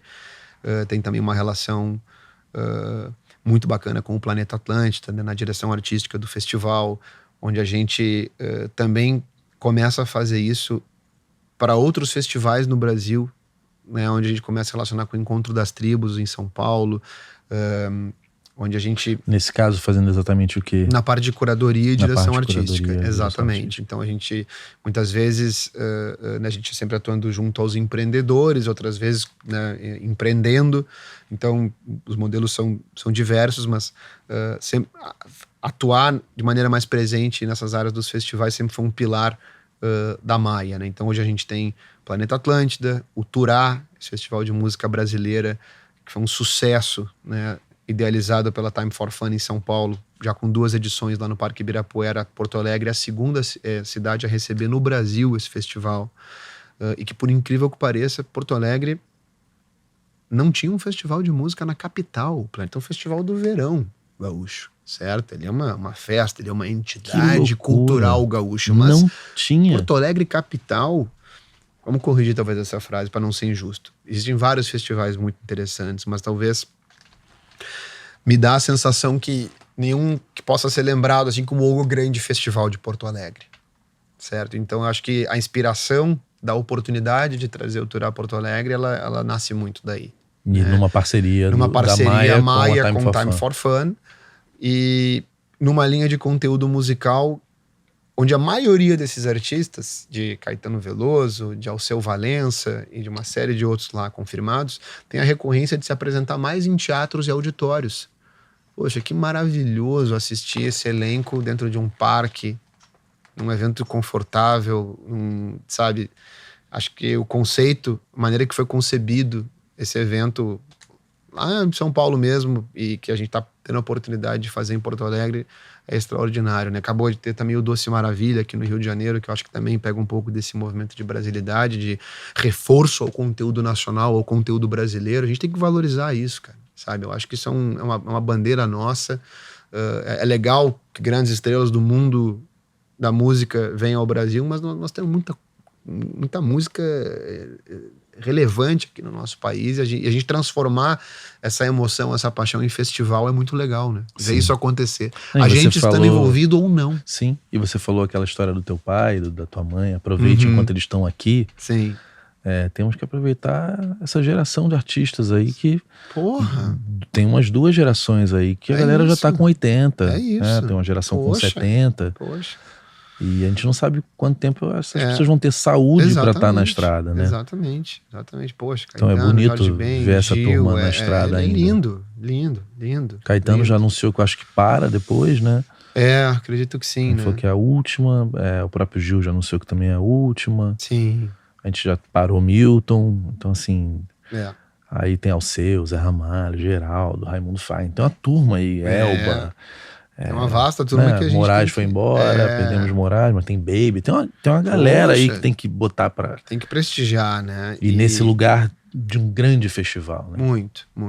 Eu acho que tem o dever até de também, para quem não teve a oportunidade de crescer, inspirado por eles, de oportunidade de gostar deles, de trazer para um novo público também isso, né?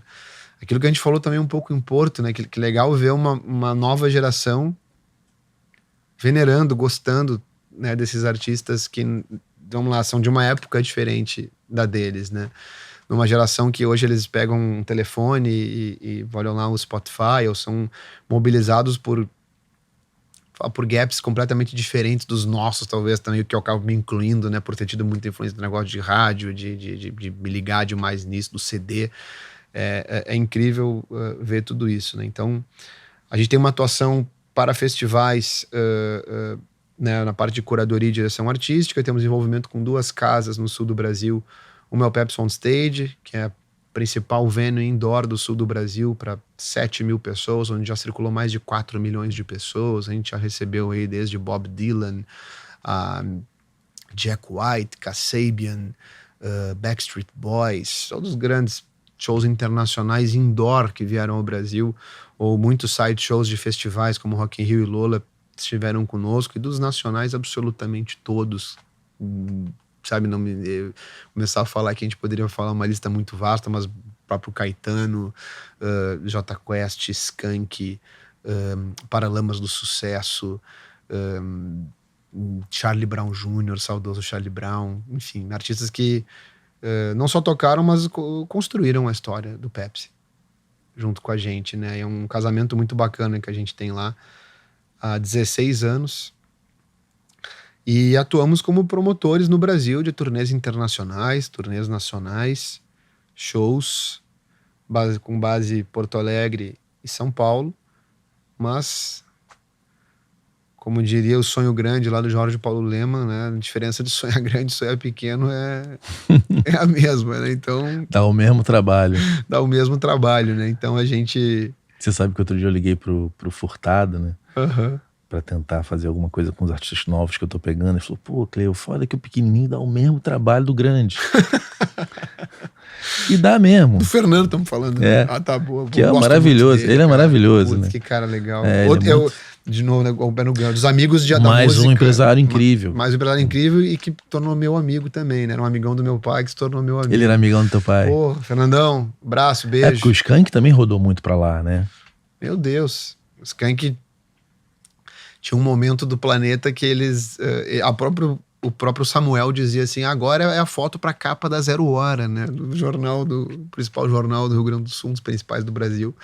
Mas ele já sabia que era o momento que todo mundo girava a camisa pra cima, ou que levantavam os braços, aquele momento emblemático do show do Skank no planeta. E, enfim, né? O Fernando, outra banda que fez uma turnê linda de despedida, espero que volte daqui a uns anos. Vai voltar. O Brasil torce por isso, eles sabem disso. Não, e é aquilo que a gente tava falando, bicho. O Humberto pode fazer show, né, com o repertório da carreira solo e o repertório de Engenheiros é uma coisa. Se volta os caras, é outra coisa. Nossa. Se anunciar que volta o Engenheiros, bicho, eu não vou no show do Berto, não vou. O drive de comprar o ingresso sim. Porque é isso, às vezes você fala, pô, vai ter ali, você fala assim, putz, vou, mas aí você esquece. Agora, se for ter uma turnê e for no Maracanã, eu vou, cara, eu vou comprar, porque eu quero ver, talvez não tenha de novo, é aquilo que você falou, ou é agora ou é nunca. Então eu vou comprar, eu vou assistir, eu vou gritar, eu vou cantar, eu vou chorar. Muito. Eu passei por isso no show do Titãs. Nossa. Bicho, eu ficava assim, caralho. Estamos vivendo isso de novo. Tô vivendo o Arnaldo, que há muito tempo que ele não é do Titãs, né, bicho? Não, totalmente, cara. Poxa, e aí estamos falando, claro, de que felizmente, né, essas se reuniram e quando teve aquele programa do Bial, até quando o Digão e o Rodolfo, né, foram lá no programa, se abraçaram, que emocionante foi aquilo e como eu como fã, assim, acima de qualquer coisa... coisa... que não tem ninguém convencendo, não? Porra, cara, olha... Essa turnê aí seria uma loucura, cara, bicho. Nossa, a tensão de emoção que ficou em torno daquilo, tu concorda, Clemente? Quando todo mundo observou aquilo... É porque essa acabou, né, no ápice, no auge... E não morreu, né? Quer dizer, depois perdeu. Mas não é tipo Mamonas, que a banda. Não, os caras, uma decisão ali com religioso e tal. A banda acaba no ápice. Seu caminho, né? Ápice. Essa, se voltar, eu acho que lota tudo. Nossa. Olha, eu vou comprar ingresso. Você não vai? Meu Deus, eu até dormiria aí. Não, já deve ter alguém ali, né? Acredito que mais de um. Bem mais. Nossa, cara, não, é surreal, né? Mas assim, realmente, essas reuniões eu acho que dão essa sensação que tu comentou, né? De assim, poxa, será que vou ter outra oportunidade de ver? isso de novo. O pai levar o filho e poder dizer que aquilo lá foi muito representativo na época dele. Tem até essa questão geracional, né, envolvida na parada, né? De o pai com filho, né? No Tipo, Titãs de Porto Alegre eu vi muito isso, pai com filho. porra! Eu levei o Rafael Witt, que é artista que você conheceu lá em Porto Alegre. Talentoso. Pô, ele é muito talentoso, cara. Talentoso. Aí eu falei, Rafa, eu fui pra lá pra trabalhar com ele, a gente teve várias reuniões, né? E aí eu falei, cara, o Diogo me convidou pra ir no show do Titãs, quer levar teus pais? Ele não sabia, eu acho, que era Titãs, sacou? Claro. Eu acho que ele não fazia a menor ideia. Já tinha ouvido falar, Sim. mas não ligava a parada da música. Claro. Aí fui eu, ele, o pai, a mãe, a gente ficou ali no camarim. Eu me lembro que a mãe dele, super querida, quando viu os caras aquecendo voz, eu nunca tinha visto, né? Claro. De outra área, ela, vou fazer, eu falei, não faz selfie. Aí o Rafael, mãe, desliga o celular, eu vou filmar, filho, eu vou no caminho. Maravilhoso. Aí, cara, começa o show, ele é todo certinho, assim, quando ele olha pro lado, cara, tá a mãe num êxtase, assim. Uma emoção que ele viu a mãe nova ali. demais. Aí ele me olhou e falou assim, você tocava no rádio? Eu falei, tocava. Ele falou, mas como que isso tocava no rádio? Porque pensando hoje, como que você vai imaginar que tocava Cabeça de Dinossauro? Exato. As músicas muito do Pulso. Ele falou, isso é Imagina. sucesso. Eu falei, cara, como que isso Tocou tocou no no Brasil rádio? inteiro, E cara. aí ele olhou a mãe e o pai, assim, mais a mãe mais. Cara, dava pra ver ela nova ali. Porque ela... Isso é demais. Então, eu fico até arrepiado, Porra, bicho. Tá maluco. Ó, a turma que fez isso acontecer, eles estão, olha, de parabéns, de aplaudir de pé, assim, né? E torcemos todos por novos reencontros, né, Clemente? Por novas reuniões. Eu não tenho dúvida que uma primeira reunião com certeza fez inspirar muitas outras e acho que ainda vai inspirar mais, viu? Acho que eu gosto dessa frase do melhor está por vir, né? Então, assim, eu acho que por mais que essas reuniões agora tenham finitude, uma pode parar e depois voltar, eu acho que o sinal foi enviado, né? Acho que a mensagem foi enviada, assim, de quão prazeroso, quão histórico foi para todo mundo envolvido, né? Acho que para quem faz, para banda, para público, para marca que pôde, para as marcas que se envolveram com isso, né? E fazerem parte desse momento de novo, que gratificante isso, né? Então eu acho que foi foi uma vitória, cara. Foi uma vitória aí, né, do show business brasileiro. Acho que tá sendo ainda. Cara, você, com esse drive de trabalho, como que foi a pandemia pra ti, irmão? Cara, eu vou te falar um negócio. Enfim, graças a Deus, Clemente, eu tava...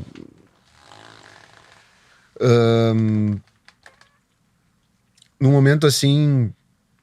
Vamos lá, administrativamente, assim... tranquilo, assim, em relação a isso, né? Poxa, a gente vê muita gente passando muito, sei lá, perrengue, né? A gente sabe, né? Poxa, a galera da graxa, né? Que trabalha no nosso setor, o quanto teve de dificuldade, o quanto as vaquinhas aí foram acionadas, né? Para ajudar tudo isso, todo esse público na pandemia. Mas... E você também não era um empresário do perfil de estar alavancadaço, né? Exato. Você então, tava assim, tranquilo. Eu tava tranquilo, assim, mas o que mais me incomodou foi não produzir, cara. Não tá, vamos lá, trabalhando, assim, o ócio, tipo assim, negócio se por um lado isso incomodou, veio a questão das lives, que muita gente, né, conseguiu monetizar, conseguiu se reinventar. Eu realizei shows de drive-in, viu, em determinado momento ali da pandemia. Mas... também isso eu acho que deixou talvez mais claro que nada vai se comparar à experiência ao vivo, de tu ver um show, de tu ver o teu ídolo ali de perto, né? Eu acho que teve lives muito bem sucedidas, foram muito bacanas as ideias, das mais criativas as menos, eu acho que tudo colaborou como um ecossistema geral, mas não supera a experiência do entretenimento ao vivo. Eu acho que a tecnologia, sim, ela vem e vai mudar muito o nosso setor nos próximos anos, eu não tenho dúvida. Podemos falar de VR, né, de realidade virtual, da inserção dos artistas dentro dos jogos de videogame, e tudo isso é extraordinário, ver a evolução do business de maneira mais macro, mas essa experiência real, ela existe, ela é verdadeira. Ela é verdadeira, insubstituível. E ela é insubstituível. E ela é insubstituível. É porque tem o espetáculo que você tá ali vendo, tem as pessoas, tem a retroalimentação daquela energia. A emoção do pré, né? De tu te planejar para aquilo, de aquilo movimentar uma viagem, movimentar um momento especial. E para as marcas que querem estar inseridas nesse tipo de... Só se fala em experiência hoje, né? Tá na moda, né? Pela experiência, plataforma, né? Deixa eu falar, plataforma de experiência. Plataforma de experiência. Não, mas, cara... Mas é verdade. Numa live é uma marca na geladeira ali da cerveja... Eu fico imaginando, para as marcas foi muito difícil também, né? Muito. Se manterem relevantes no momento onde estava todo mundo olhando por uma tela, né? Muito. E agora... E muitas foram muito parceiras, assim, né? Da indústria da música, assim, de viabilizar, né, movimentos globais aí que aconteceram, né? De lives e tudo mais. Mas eu acho que uma coisa que é unânime, acho que ninguém pensou que ia durar tanto tempo, assim, né, Clemente? Porra, durou muito tempo, cara. Às vezes quando eu vou me referir ao passado, assim, eu perco um pouco a linha da timeline, assim, sabe? Acho que foram 2 anos, um ano e tanto, assim, né? Claro, para alguns setores sentiram menos, ou conseguiram se reinventar de uma maneira mais rápida, mais acelerada. Eu acho que a gente tem que bypassar, falar que não envelheceu, né? Tipo... Não contou, né? Cara, minha enteada, eu me lembro que ela ficava no colégio olhando, quer dizer, era em casa olhando pro laptop ali, aquele monte de aluno. Que experiência grotesca, né, cara? Nossa, cara, totalmente. Meu irmão se formou, tinha restrição de familiares na formatura, tinha ali... Para quem perdeu seus entes queridos, não pode se despedir. Isso não tem nem... É um negócio... Eu não consigo mais lembrar como era usar... Outro dia eu tava no metrô, assim, eu falei, caralho, bicho, eu tô aqui assim, com um monte de gente. Porra, cara. Exatamente. Como que isso... Cara, aí eu lembrei do futebol sem torcida. Lembra como era horrível, bicho? Horrível, cara. Aí a Globo botava um som de DJ de torcida. DJ. Cara, que loucura, Gustavo. Loucura. Que a gente viveu. Posso sentir muito falta de jogo de jogo, cara. Puta Você sentiu? Meu Deus, cara. Puta, porque é um momento, né, de distração, cara. Puta, eu senti muita falta de jogo do meu Grêmio, cara. Isso é outra coisa insubstituível, né? Torcida. Acho que o Brasil, né, o brasileiro sente isso, né, acho que em êxtase, assim, né? A gente é apaixonado por futebol. A gente é apaixonado, cara. E de novo, né? Acho que música e futebol sempre andando lado a lado e realmente foi um período demorado, mas que acho que Estados Unidos e Europa também tiveram as suas voltas um pouco antes da nossa, né? Tiveram seus booms, assim, de retomada do over-demanda, assim. E que a gente tá... Isso que tá acontecendo aqui é um fenômeno mundial? É um fenômeno, cara. É um fenômeno. Eu acho que a gente ainda vive esse momento. E eu acho que em algum momento a gente deve voltar a ter algo mais flat, mais equilibrado, assim. Por isso que eu falo comigo mesmo, assim, às vezes de ter atenção justamente naquele ponto que a gente conversou há pouco, de não ficar das oportunidades, né? Comprado, tipo assim, né? Poxa, vai lá, tu tem um projeto que tu acreditou, tu tem uma jornada de sucesso, que bom que aquilo te enche de autoestima, de confiança, enche teu peito pra tu ir pra próxima, mas sempre, cara, take care, heads up, assim, cuidado. Não vai all-in, porque... Exatamente, que bom que deu certo aqui, mas vamos com o mesmo cuidado pra essa próxima jornada. Você se considera um empresário, tipo, precavido? Cara, eu me considero, mas eu acho que eu também acredito um pouco nas minhas loucuras, assim. Então, é o precavido dentro do... Mas não alavancado. Exatamente. Também a pandemia, eu me lembro que o Chantilly veio aqui e falou isso, foi quando abriu ali aquela primeira abertura, veio uma turma, né? E foi bom, porque tava todo mundo sem fazer nada, então... Imagina, não ia nunca conseguir tirar o Luiz Oscar Niemeyer de casa se fosse num momento normal, né? E ele falou, cara, todo mundo se planejava pra ter, sei lá, 6 meses de reserva, né? O cara mais precavido, 1 ano. De repente que a gente tá 2 anos, sem nada entrando, né? E esse gancho, assim, tu pega, vamos lá, dos grandes players brasileiros e mundiais, que muitas vezes são, além, obviamente, do braço de turnê e conteúdo, eram donos de imóveis de entretenimento, de casas de shows, vivenciaram algo nunca visto. A Time for Fun mesmo. Poxa, né? O próprio T4F, né? Teve uma mudança tática, né, estratégica, de ser menos gestora, né, de abrir mão da questão das casas, onde eles sempre foram protagonistas no país, para entrar para um caminho mais de conteúdo e festivais. né? O que eu acho que foi um movimento inteligente também, né? Já talvez prevendo, né, esse boom de festivais do Brasil, já olhando para isso talvez de uma maneira estratégica e não apenas financeira, né? Ou talvez com as duas coisas associadas, né? Então, a pandemia mostrou que, né, já muitos donos de casas, teatros no Brasil, poxa, complexo, né? Muito complexo, né? A Time for Fun está envolvida em muitos imóveis, né? Estava, né? Acho que agora conseguiu se reorganizar bem, né? Enfim, tá. Você sabe que eu vi uma startup, eu vou sempre pra Austin. Você vai muito no South By ou não? Não, pois é, eu preciso ir. Vamos ano que vem juntar uma galera. Eu vou todo ano. Todo ano eu falo, cara, eu tenho que ir, cara. Putz, eu acabo não indo. É incrível, assim, eu vou todo ano, meio que dar um restart. Claro, assim, E eu vi uma iniciativa que eu achei muito legal, porque tem um galpão lá de startups, né? Era uma empresa, mas nunca deu certo. Eu já vi isso algumas vezes, quase dando, tipo, ali, a ideia é maneira, cada vez mais evoluída, mas nunca rola. Que é, na hora que você compra um ticket, isso aqui vira uma mini rede social onde eu vou me relacionar pelos tais dos 30 dias ou 60 dias ou uma semana com quem comprou também. Poxa, incrível, então, aqui cara. É uma comunidade. Exato. Eu já vi isso sendo apresentado em Austin e eu falei assim, a ideia... E nunca acontece. Sim, aí outro dia o irmão do Fernando Entelli, do Gustavo, do Teatro Mágico, falou, a gente vai montar nossa tiqueteria pra gente tentar fazer o ingresso virar uma semi-comunidade. Já teve gente usando os grupos do Facebook. Sim. Mas eu acho que isso aqui que é mais um braço da experiência, né? Pô, super. Que é na hora que eu compro, eu já sei... Porque é fácil, com integração das próprias redes. Muito. Amigos em comum, quem vai, quem não vai, E aí ali você poder ter uma comunidade real.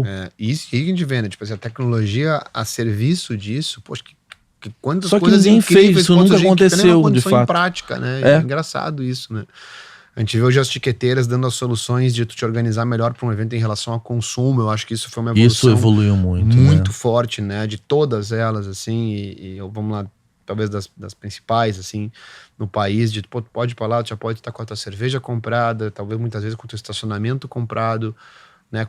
Tem lá um trabalho de ir no bar ali, vai lá, segue assistindo o teu show e, né, tem uma experiência mais planejada e com mais conforto, diríamos assim. O Breno falou muito desse tipo de experiência cada vez ficando mais confortável para a audiência, que é como que você compra, como que você pega a tua comida, como que você vai no banheiro. Nossa. E faz toda a diferença, cara. As pessoas não esquecem, cara. Não esquecem. Pô, vão, sabe, num evento que tem um banheiro bacana, sabe, que tem um atendimento rápido de bar, que tem um acesso descomplicado, que tem uma parte logística bem pensada, porque não é lá uma quantidade de bandas em cima de um palco, um bar e banheiros, Clemente. É pensar na jornada das pessoas desde que elas saem da porta de casa delas. Não vou de volta àquela etapa. Os promotores têm responsabilidade nesse ponto de, né, junto, obviamente, aos órgãos, ao poder público, entender a real mobilização e o impacto daquilo nas cidades, nas regiões, e não é à toa que os festivais mudam os horários de ônibus, de metrô nessas cidades e para entregar a melhor experiência possível. Nem sempre se alcança. Então, eu acho que os festivais que conseguem atingir isso, eles com certeza saem na frente, né? Eu não esqueço os festivais que foi surreal, assim, a experiência de legal e que foi de ruim. Os que eu fui, sabe? Quando durante ruim, muito tempo. A gente não esquece, né? A gente não esquece, né, cara? E durante muito tempo, assim, tipo, a minha vibe, assim, era de férias, era ir com esse festival fora, assim, sabe? De verdade. Quilmes Rock na Argentina, Coachella, Lollapalooza Chicago. Qual o mais organizado que você foi, assim, inacreditavelmente organizado da experiência, cara, como um todo? Os dois mais organizados que eu fui, o Lolla de Chicago, o de Chicago. O Breno falou que é bizarro, né? Surreal. O jeito que aquilo mexe com o país inteiro, assim, em termos de tudo, assim. Chicago nem se fala, né? A cidade para. E o jeito... O que me marcou foi como a comunidade lá de Chicago, os turistas, as pessoas que estão no evento, conseguem colocar o evento fazendo parte do seu dia. Porque tem não sei se era uma modalidade de ingresso, eu fui em 2012 e 13, faz 10 e 9 anos que eu fui. 10 e 11 anos que eu fui. Tu podia sair e entrar do festival a hora que tu quisesse, ele era num parque público e tal, então tu quer ver uma banda, tu vai lá, tu volta pra casa, tu almoça, tu passeia com o cachorro. O Breno falou alguma coisa, se chover, exatamente, sai, tem área de evacuação embaixo do exatamente. estacionamento, muito organizado, cara, sabe? E acho que Coachella também, muito organizada, a minha experiência foi muito organizada lá. A gente não conseguiu ficar em Índio, né, que é a cidade lá do festival, a gente ficou próximo de lá. Mas tudo muito organizado, cara. Retirada de tickets lá nos guichês, acesso, tudo muito... E tem uma coisa, o americano, eu fui naquele Global Citizen, sabe? Que tem no Central Park. Claro. Milhares de pessoas. Aí eu fiquei muito surpreso. Acho que até os estádios estão melhorando. O brasileiro é mais caótico indo embora. Sim. E aí eu me lembro que o Global Citizen, quando acabou aquele negócio, imagina, um evento que paralisa Manhattan, né? Nossa, absurdo. Todo mundo sai direitinho, assim, tipo... Com calma, né? Saca o que eu tô falando? Aí, o jogo de futebol é até sem graça, cara. Sim, todo mundo... Sim. Aí ninguém levanta, aí todo mundo sai... Que é uma coisa nova, a gente sai meio maluco. Sim, o brasileiro sai meio... extasiado, sim. Então tem uma coisa também, não só... É mais fácil também organizar uma saída e uma chegada de um povo que ele é mais organizado indo e saindo, né? Culturalmente tem sai em ordem, não fura fila, então todo mundo meio respeita o... É verdade. Não tem aquele caos da saída, né? Tumultuado, não né? Não tem ambiente, o flanelinha, né? não tem Nossa, o cara vendendo água no meio da fila. Muito. Então a gente tem... Eu acho que a gente tá aprendendo também a ser... O Maracanã hoje é uma experiência muito melhor do que era. Olha, pra mim ontem não foi muito boa, né? Eu como gremista aqui fazendo um gancho. Ó o Gabigol ali, olha. Trazer o boneco do Renato Gaúcho aqui no programa, tudo bem. Aliás, o Flamengo, bicho, eu detesto jornalista, porque eu sou fã do Flamengo, mas eu sou um cara que eu falo assim, segundo lugar não é uma merda. Sim. Total. O Flamengo é o único time que tá na final. Ano passado ganhou a Libertadores e a Copa do Brasil, estava em crise. O Flamengo culturalmente é um time que demite treinadores que são vice-campeões, né? É sobre isso. Como que, ano era pra estar tudo maravilhoso. Estamos em crise porque não jogou tanto na final. Então ser Flamengo é tipo, pra quem eu fico imaginando pra quem treinador, jogador, caralho, não basta ganhar, tem que ganhar jogando pra caralho, né? Não basta ganhar tem que ganhar 3, senão é uma merda. Não toma vaia. É bizarro, né? É bizarro. É muito. Vem cá, das tecnologias, estamos terminando já, que você vê assim no radar do que é o próximo, do que vai impactar o mercado de shows, cara. O que você tá olhando e falando assim, eu acho que isso daqui a pouco é uma realidade Brasil. Sim. Olha, cara, tem um negócio que me chamou muito a atenção, que foi toda a parte de efeitos, som e luz, olhando mais agora o lado do show e do live experience, assim, que foi a experiência que o Eric Prydz trouxe na turnê dele mundial de experiência, que vira uma coisa assim, que não é apenas só o artista no palco, as pessoas têm, o artista consegue ter a atenção das pessoas em outras coisas que não só ele lá em cima do palco. Foi impressionante a interação audiovisual que ele teve naquele projeto especificamente, né? Em termos de experiência, né, eu acho que hoje o cashless não é mais uma novidade assim no Brasil já há um bom tempo, né? Essa integração entre ticket e consumo, de deixar tudo isso muito mais fácil e mais confortável ao público.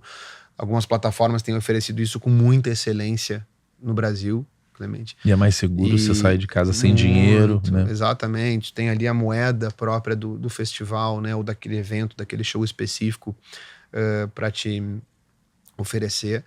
E acho que a gente vai ser surpreendido numa velocidade que a gente não espera, assim, e por coisas que se bobear não tem agora. Que nem existem ainda, sabe? Mas assim, essa me chamou muita atenção, esse show do Eric Prydz, o que ele trouxe ali de interação, em LED, em tudo, foi impressionante, assim.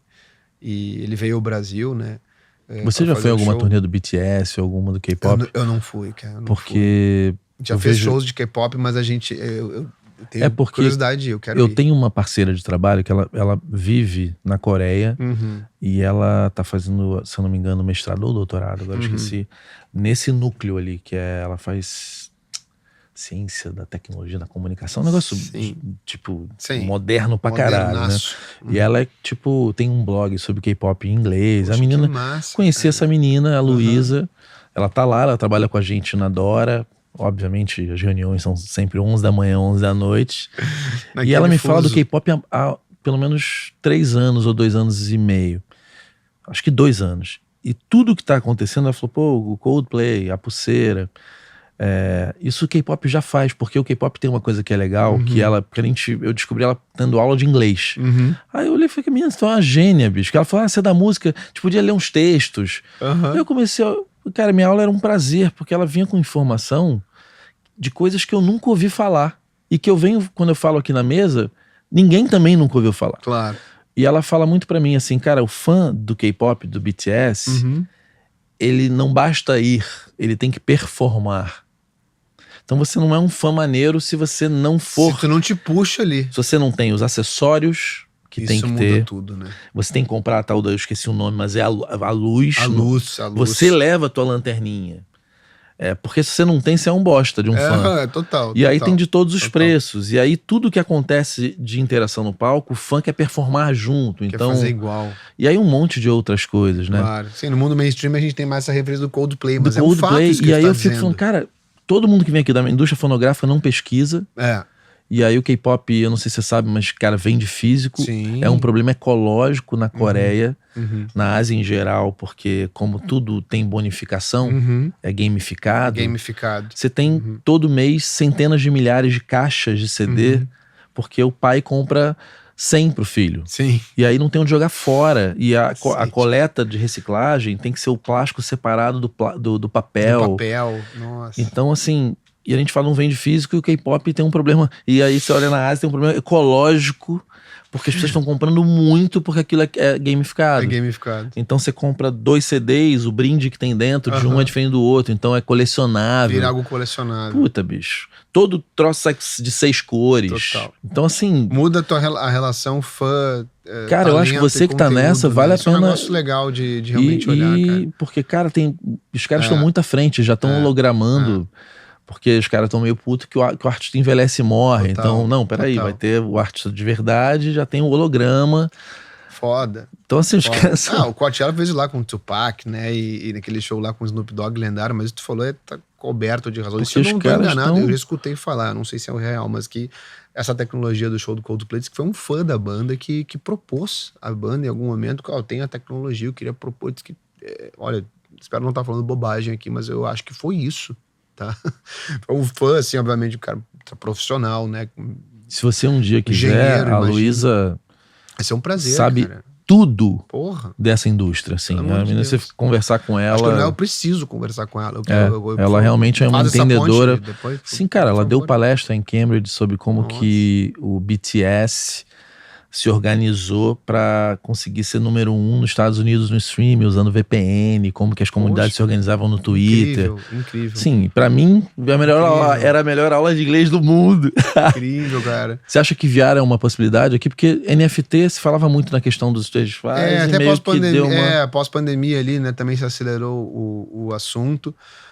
Para todos sobre os holograma, né? Isso, né? Sim. Eu acredito que sim, mas eu não sei se nesse momento, sabe, Clemente, porque a gente tá vivendo de novo, né, querendo reviver ainda de novo na cauda longa desse momento que as pessoas ficaram sem aquilo que era muito fácil do usual do dia a dia, que era tu ir no show do teu artista preferido na tua cidade. Então eu sinto assim que isso permanece muito aquecido, né, mas voltando um pouquinho sobre a questão das inovações, tem uma dupla muito legal, cara, aqui no Brasil, que é a Carol e o Franklin do OCLB. Cara, não conheço. Eles têm um curso muito bacana, que é muito além de um curso, é uma comunidade, assim, que eles trazem muita inovação e entretenimento.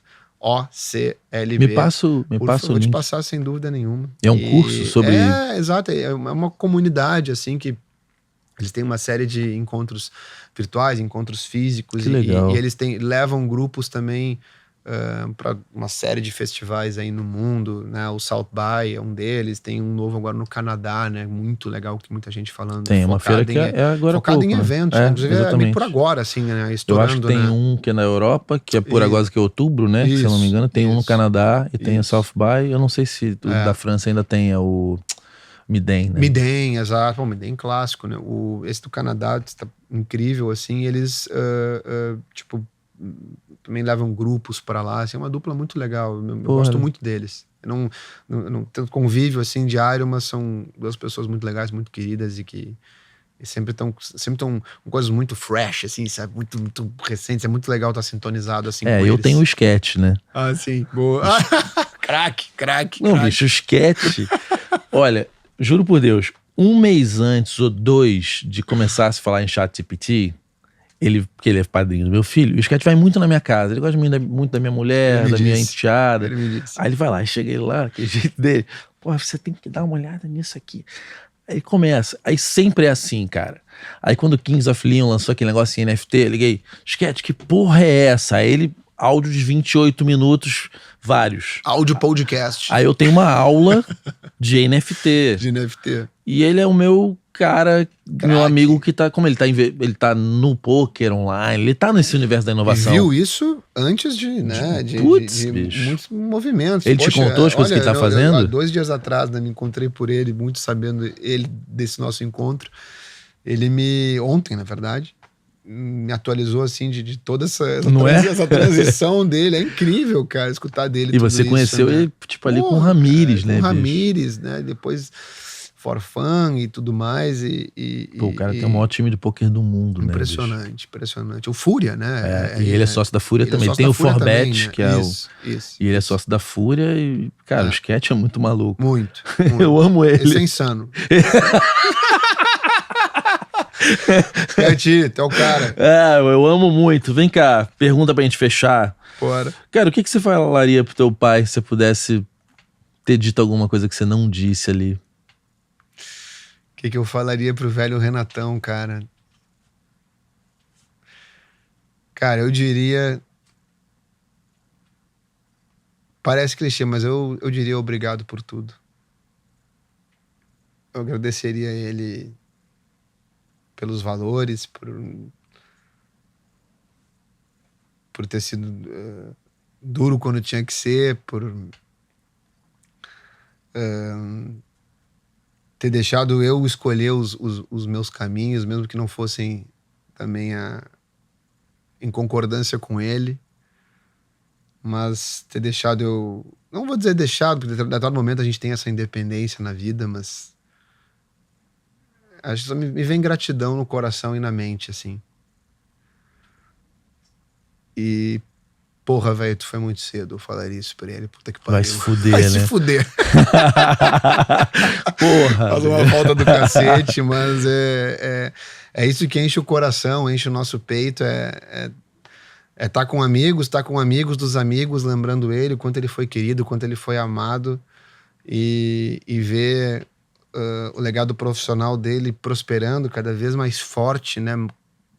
Mais bacana. E acho que a carreira que eu escolhi, ela indiretamente, também é uma homenagem a ele, em algum lugar da minha alma, né, Clemente? Então, acho que ele profissionalmente me inspirou, cara, sabe? Não é só porque carrega o nome da minha produtora, da minha empresa, mas foi, e sempre será referência pra mim. E o que você falaria pra você? O que eu falaria? Se você pudesse vir aqui em 2008, falar assim, Gustavo, porra, deixa eu te contar uma parada. Muito boa pergunta, cara. Se eu pudesse falar algo pro Gustavo de 2008...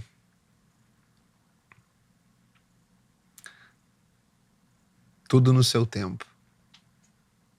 Tudo no seu tempo. Eu falaria isso. Pô, irmão. Craque, que bom ter você aqui. A gente se conheceu tão meio do nada, improvável encontro. Total, cara, total. Pô, o Bolico mandou aquela mensagem pra mim, tu vai participar na hora. Eu falei, ok, eu não sabia, não te conhecia direito. Eu comecei a pesquisar, assim, olhar teus conteúdos, tua história. Porra, né? Nelson Mota teve aqui há pouco tempo, né? Sai agora. Quer dizer, hoje pode ser hoje, qualquer dia, quando alguém vira esse papo. Time pesado, cara. E aí, pô, foi uma honra, cara. De verdade, assim. Legal. Eu nunca participei de nada similar antes, assim. E teu convite foi uma honra e chamado aí. E ó, agora que tem uns sketches também em comum, vamos ver se a gente se fala e... Próximo é um assado aqui. Ó, assado. Tá vendo, Betinho? Lá assado fala raiz. assado, ó. Tu é bom de churrasco? Cara, médio, eu delego.